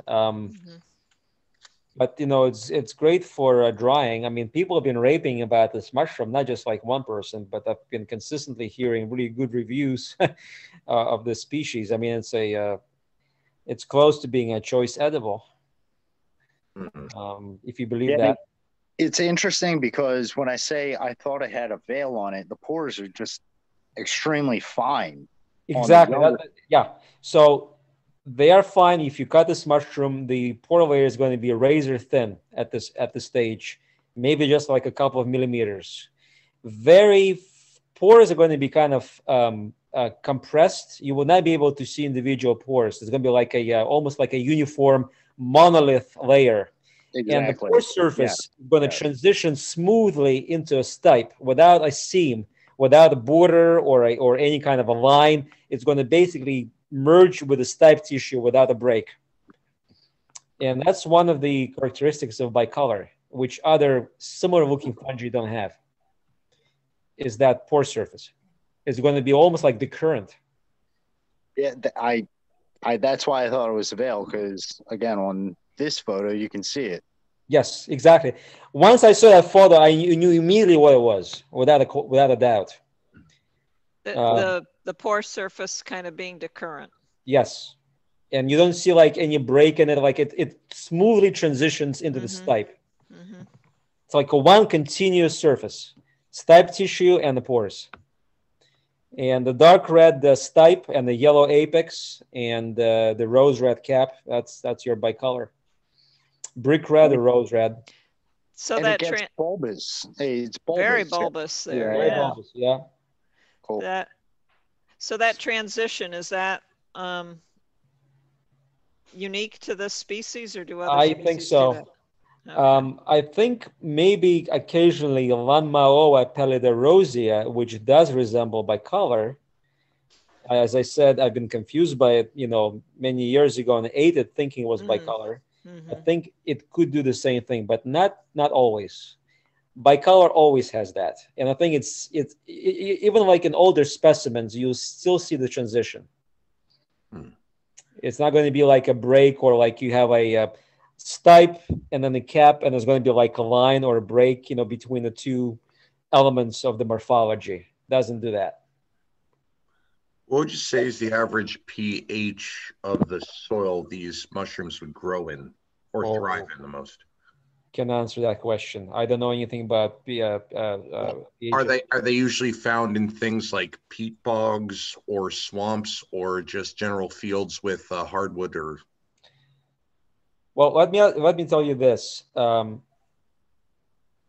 the New Jersey Pine Barrens, very leaky ecosystem, lots of drainage, mostly pine, some oak. I mean, that would be an acidic habitat. We do not find bicolor in the Pine Barrens. So I would think the pH is going to be the neutral or basic. Alkaline. Alkaline, yes. Interesting.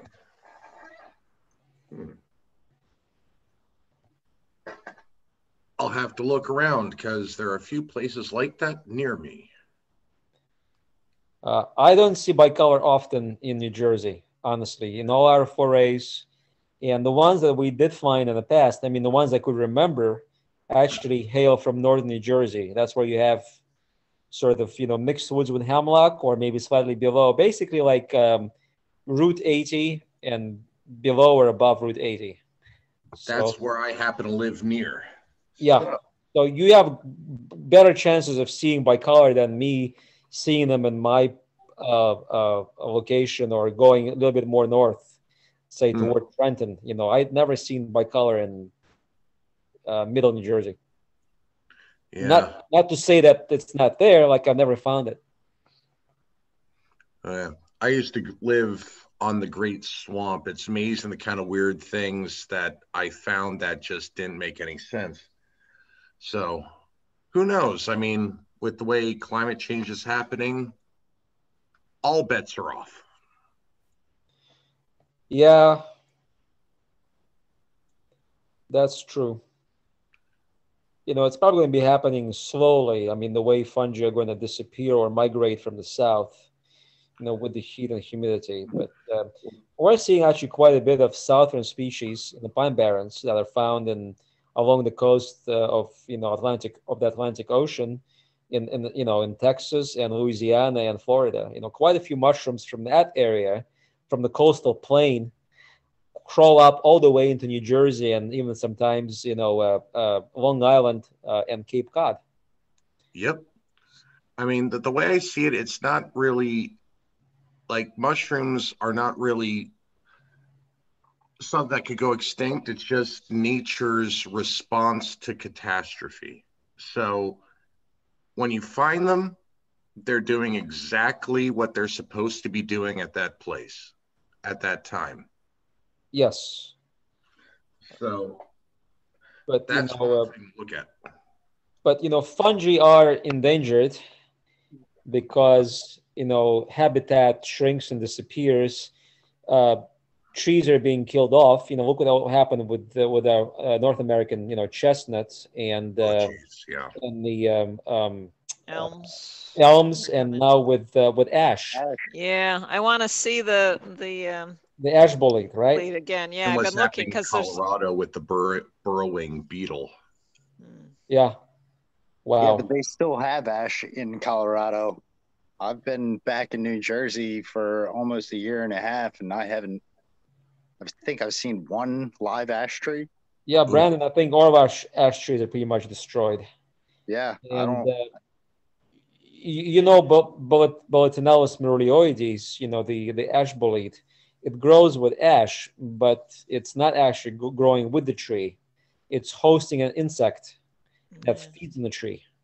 Yeah, aphid or something. Bolete, yeah, the actual fungus, the bolete, is hosting the insect. Yeah, the mycelium of Boletinellus meroleoides is hosting, as Lila said, an aphid. And aphid feeds on the roots of the ash tree. So once the tree die, the aphid dies and the mushroom dies. So all of them disappear because they are connected. It's a trio. Well, that aphid should have done better defense against the ash borer. The aphid chose poorly, pretty much. Yes. So the aphid cannot jump onto another tree and form a relationship because the fungus is the key partner. Because the aphid feeds on the tree, but it's protected by the fungus. Yeah. Just like the leafcutter ants and the giant subterranean fungus that takes up most of Central America. Yes. That is a beautiful symbiotic relationship. I learned about that when I was a child, and it's stuck with me. Yep, they cut up the leaves and they cultivate the fungus on the leaves, right? That's what they do, correct? Right? And they eat the fungus like buds that the fungus freely gives. They're farmers.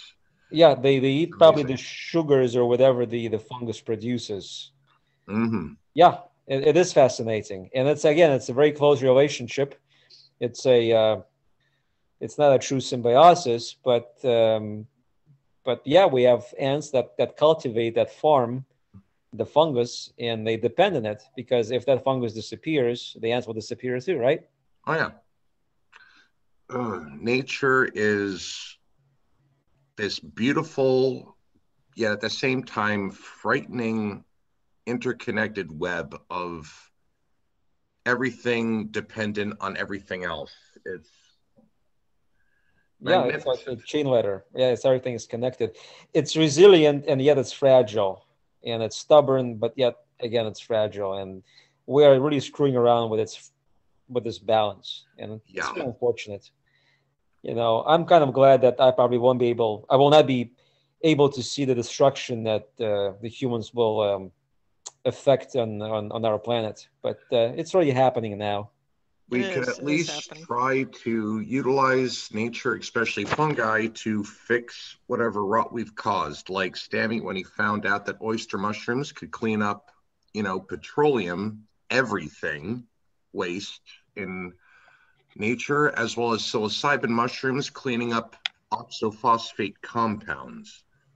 That was one of the most fascinating reads I've ever had. I mean, a mushroom that could clear out just about every single form of synthetic pesticide, herbicide, ironically enough, fungicide, industrial waste, and just turn it into biodegradable biomass. It's amazing. Like when he was brought before a council and they were telling you do realize these mushrooms are a Schedule 1 controlled substance. He just looked straight in their eyes and he said, Mother Nature approaches catastrophe with an apolitical mindset. Mankind does not. Like the answer is there. Like we just have to be willing to accept it. Well, yes, the politicians have to accept it. It's not going to be easy because you know how they live. They always try to create a problem and then have a lifetime to solve that problem. Yep, and they don't want to side with something that's controversial because that would keep them from being reelected. Sure, that too. Yeah. Oh well. We'll see. All right, gang. Yep, it's already 10:23. I'm gonna shove off. Yep, another day tomorrow. So. We had fun, and more fun is going to come in subsequent weeks, hopefully. Hope so. And we're going to have our discussions into the wee hours or into the night, and see what recipes we could dig up. Yeah, which is fine. I like these discussions a lot, and when a few people just left at the end, it's also a lot of fun. Yeah. Mm-hmm. Yeah. Appreciate you guys. It was fun. Yeah. Thanks for all the help. Keep going to the woods and finding things, and then posting them on MO and INET and then here. So it's a lot of fun. Thank you again, guys. Yep. All right. Thank you, Igor. Take care, guys. Bye-bye. Night.